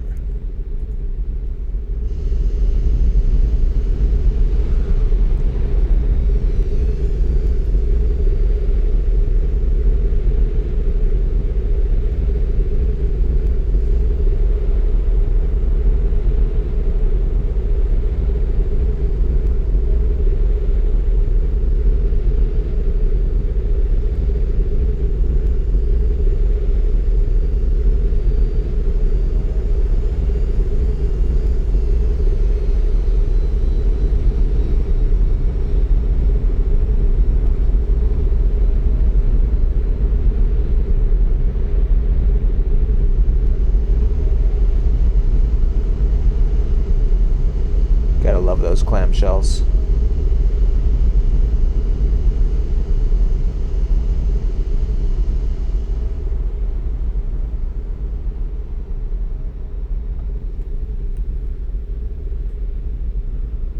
Thanks, Bag of Mouse. Exactly right. Do you have X-Plane installed, Dane? It's come a long way.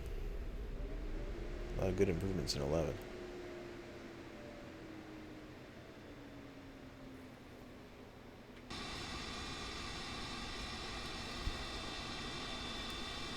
We're gonna check out a little spot view on the side of the runway.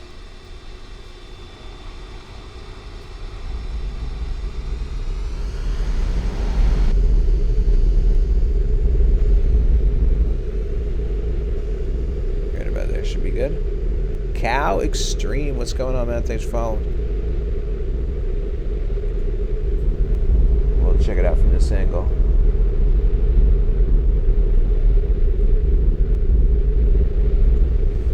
Let's move up a little bit, right about there.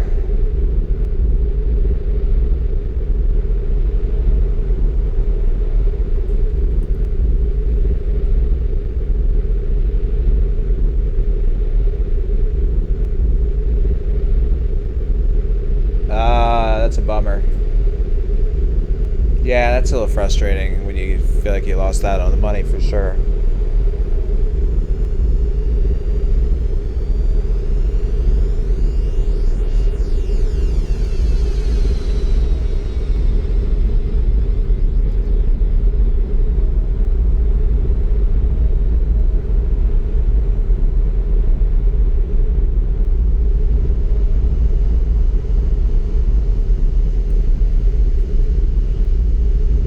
Did I read your message?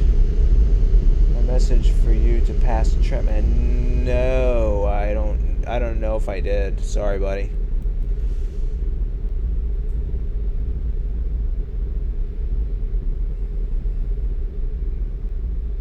Yeah, the traffic stopped. All right, do one wing view.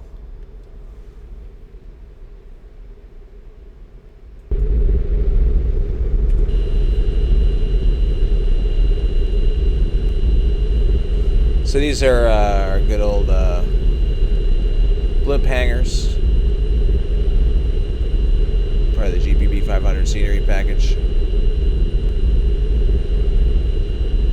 because we got some towers right in the middle of the road. A little OSM data issue, I guess. Hey, look, we got a shadow down there. Nice. 500. Rod, you have a great one. 400. Thank you so much. Oh, wait, what happened? Thank you very much for contributing to, 300. you know, to basically, 200. the stream with the pictures and whatnot. So thank you very much. Much appreciated, buddy. You have a great night. We'll see you next time. Light slope. 40. 30. 20. 10. Should see some nice spoilers come out here.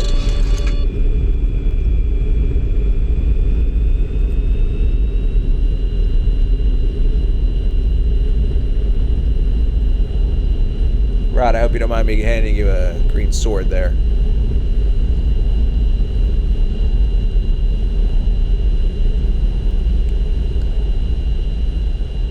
Your contributions are always welcome between the pictures you share and real-world information you bring to us. Good stuff, man.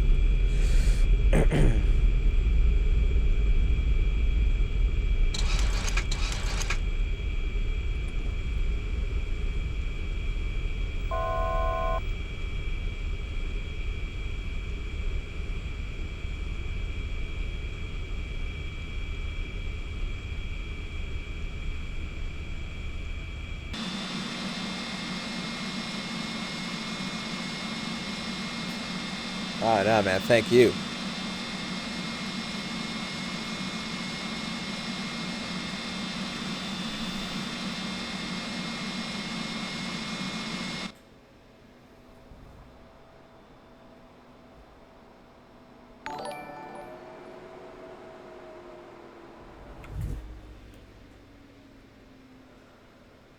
Oh, my pleasure, Professor J. Yeah, thanks for hanging.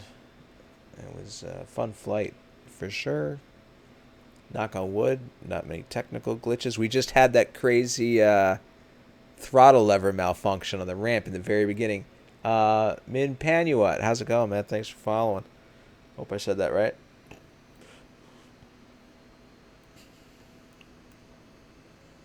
But aside from that, I think everything went relatively smooth today. And I'm going to have a buddy of mine come by tomorrow, hopefully, or Tuesday, and help me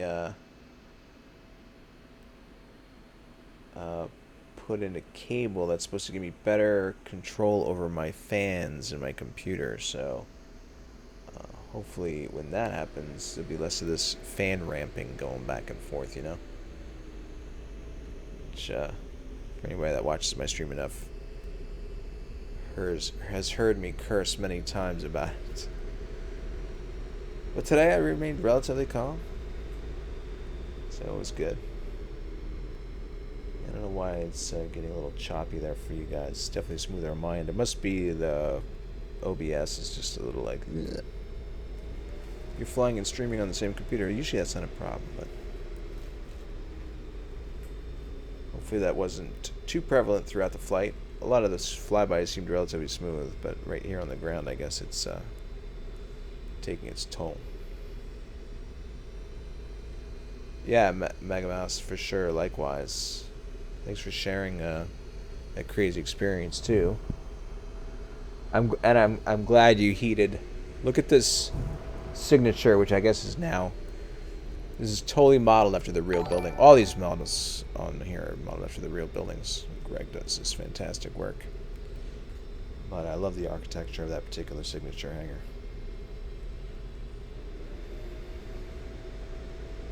Yeah. Usually I have better luck with it. Well, sometimes it'll be super smooth. NS Nadida or something like that. I'm sorry, now it's gone. I can't see it. Thank you very much for following. So sometimes it'll be like perfectly smooth, but then it will crash like multiple times throughout the flight, or you know, just weird randomness. So let's see how it looked when we pulled in over here.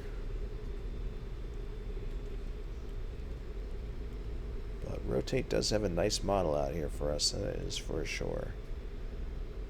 It was just on sale for 45 bucks. But even at full price of 60, it is a worthy airliner. And those guys are really just staying on top of things. I mean, they just released another update. They've announced that they're going to do an MD-11. So they're producing, which is good to see. Very good to see. So, cool stuff. Anyway, guys, thank you very much once again for hanging out. And Dane, good seeing you once again. Enjoyed watching you the other night. Thanks for stopping in tonight. I'll see you again when next time you fire up a show, I'm sure. And we'll see you all tomorrow. Now, Josh Gibbs actually said he's flying again tomorrow. So, that'll be exciting. He always puts on a good show. So, check out Josh J. Gibbs. He hadn't been streaming too much for a while either. But it seems like every once in a while he gets a few flights and some good stuff. Anyway, guys, let's go check out some AirSim Gaming. Looks like he's having fun with some kind of 747 model, making it do interesting things. So, we'll check him out. Looks like he's going to film somebody else land in another 747. I'm going to give him a host and give him a hello. So, take it easy, guys. See you later.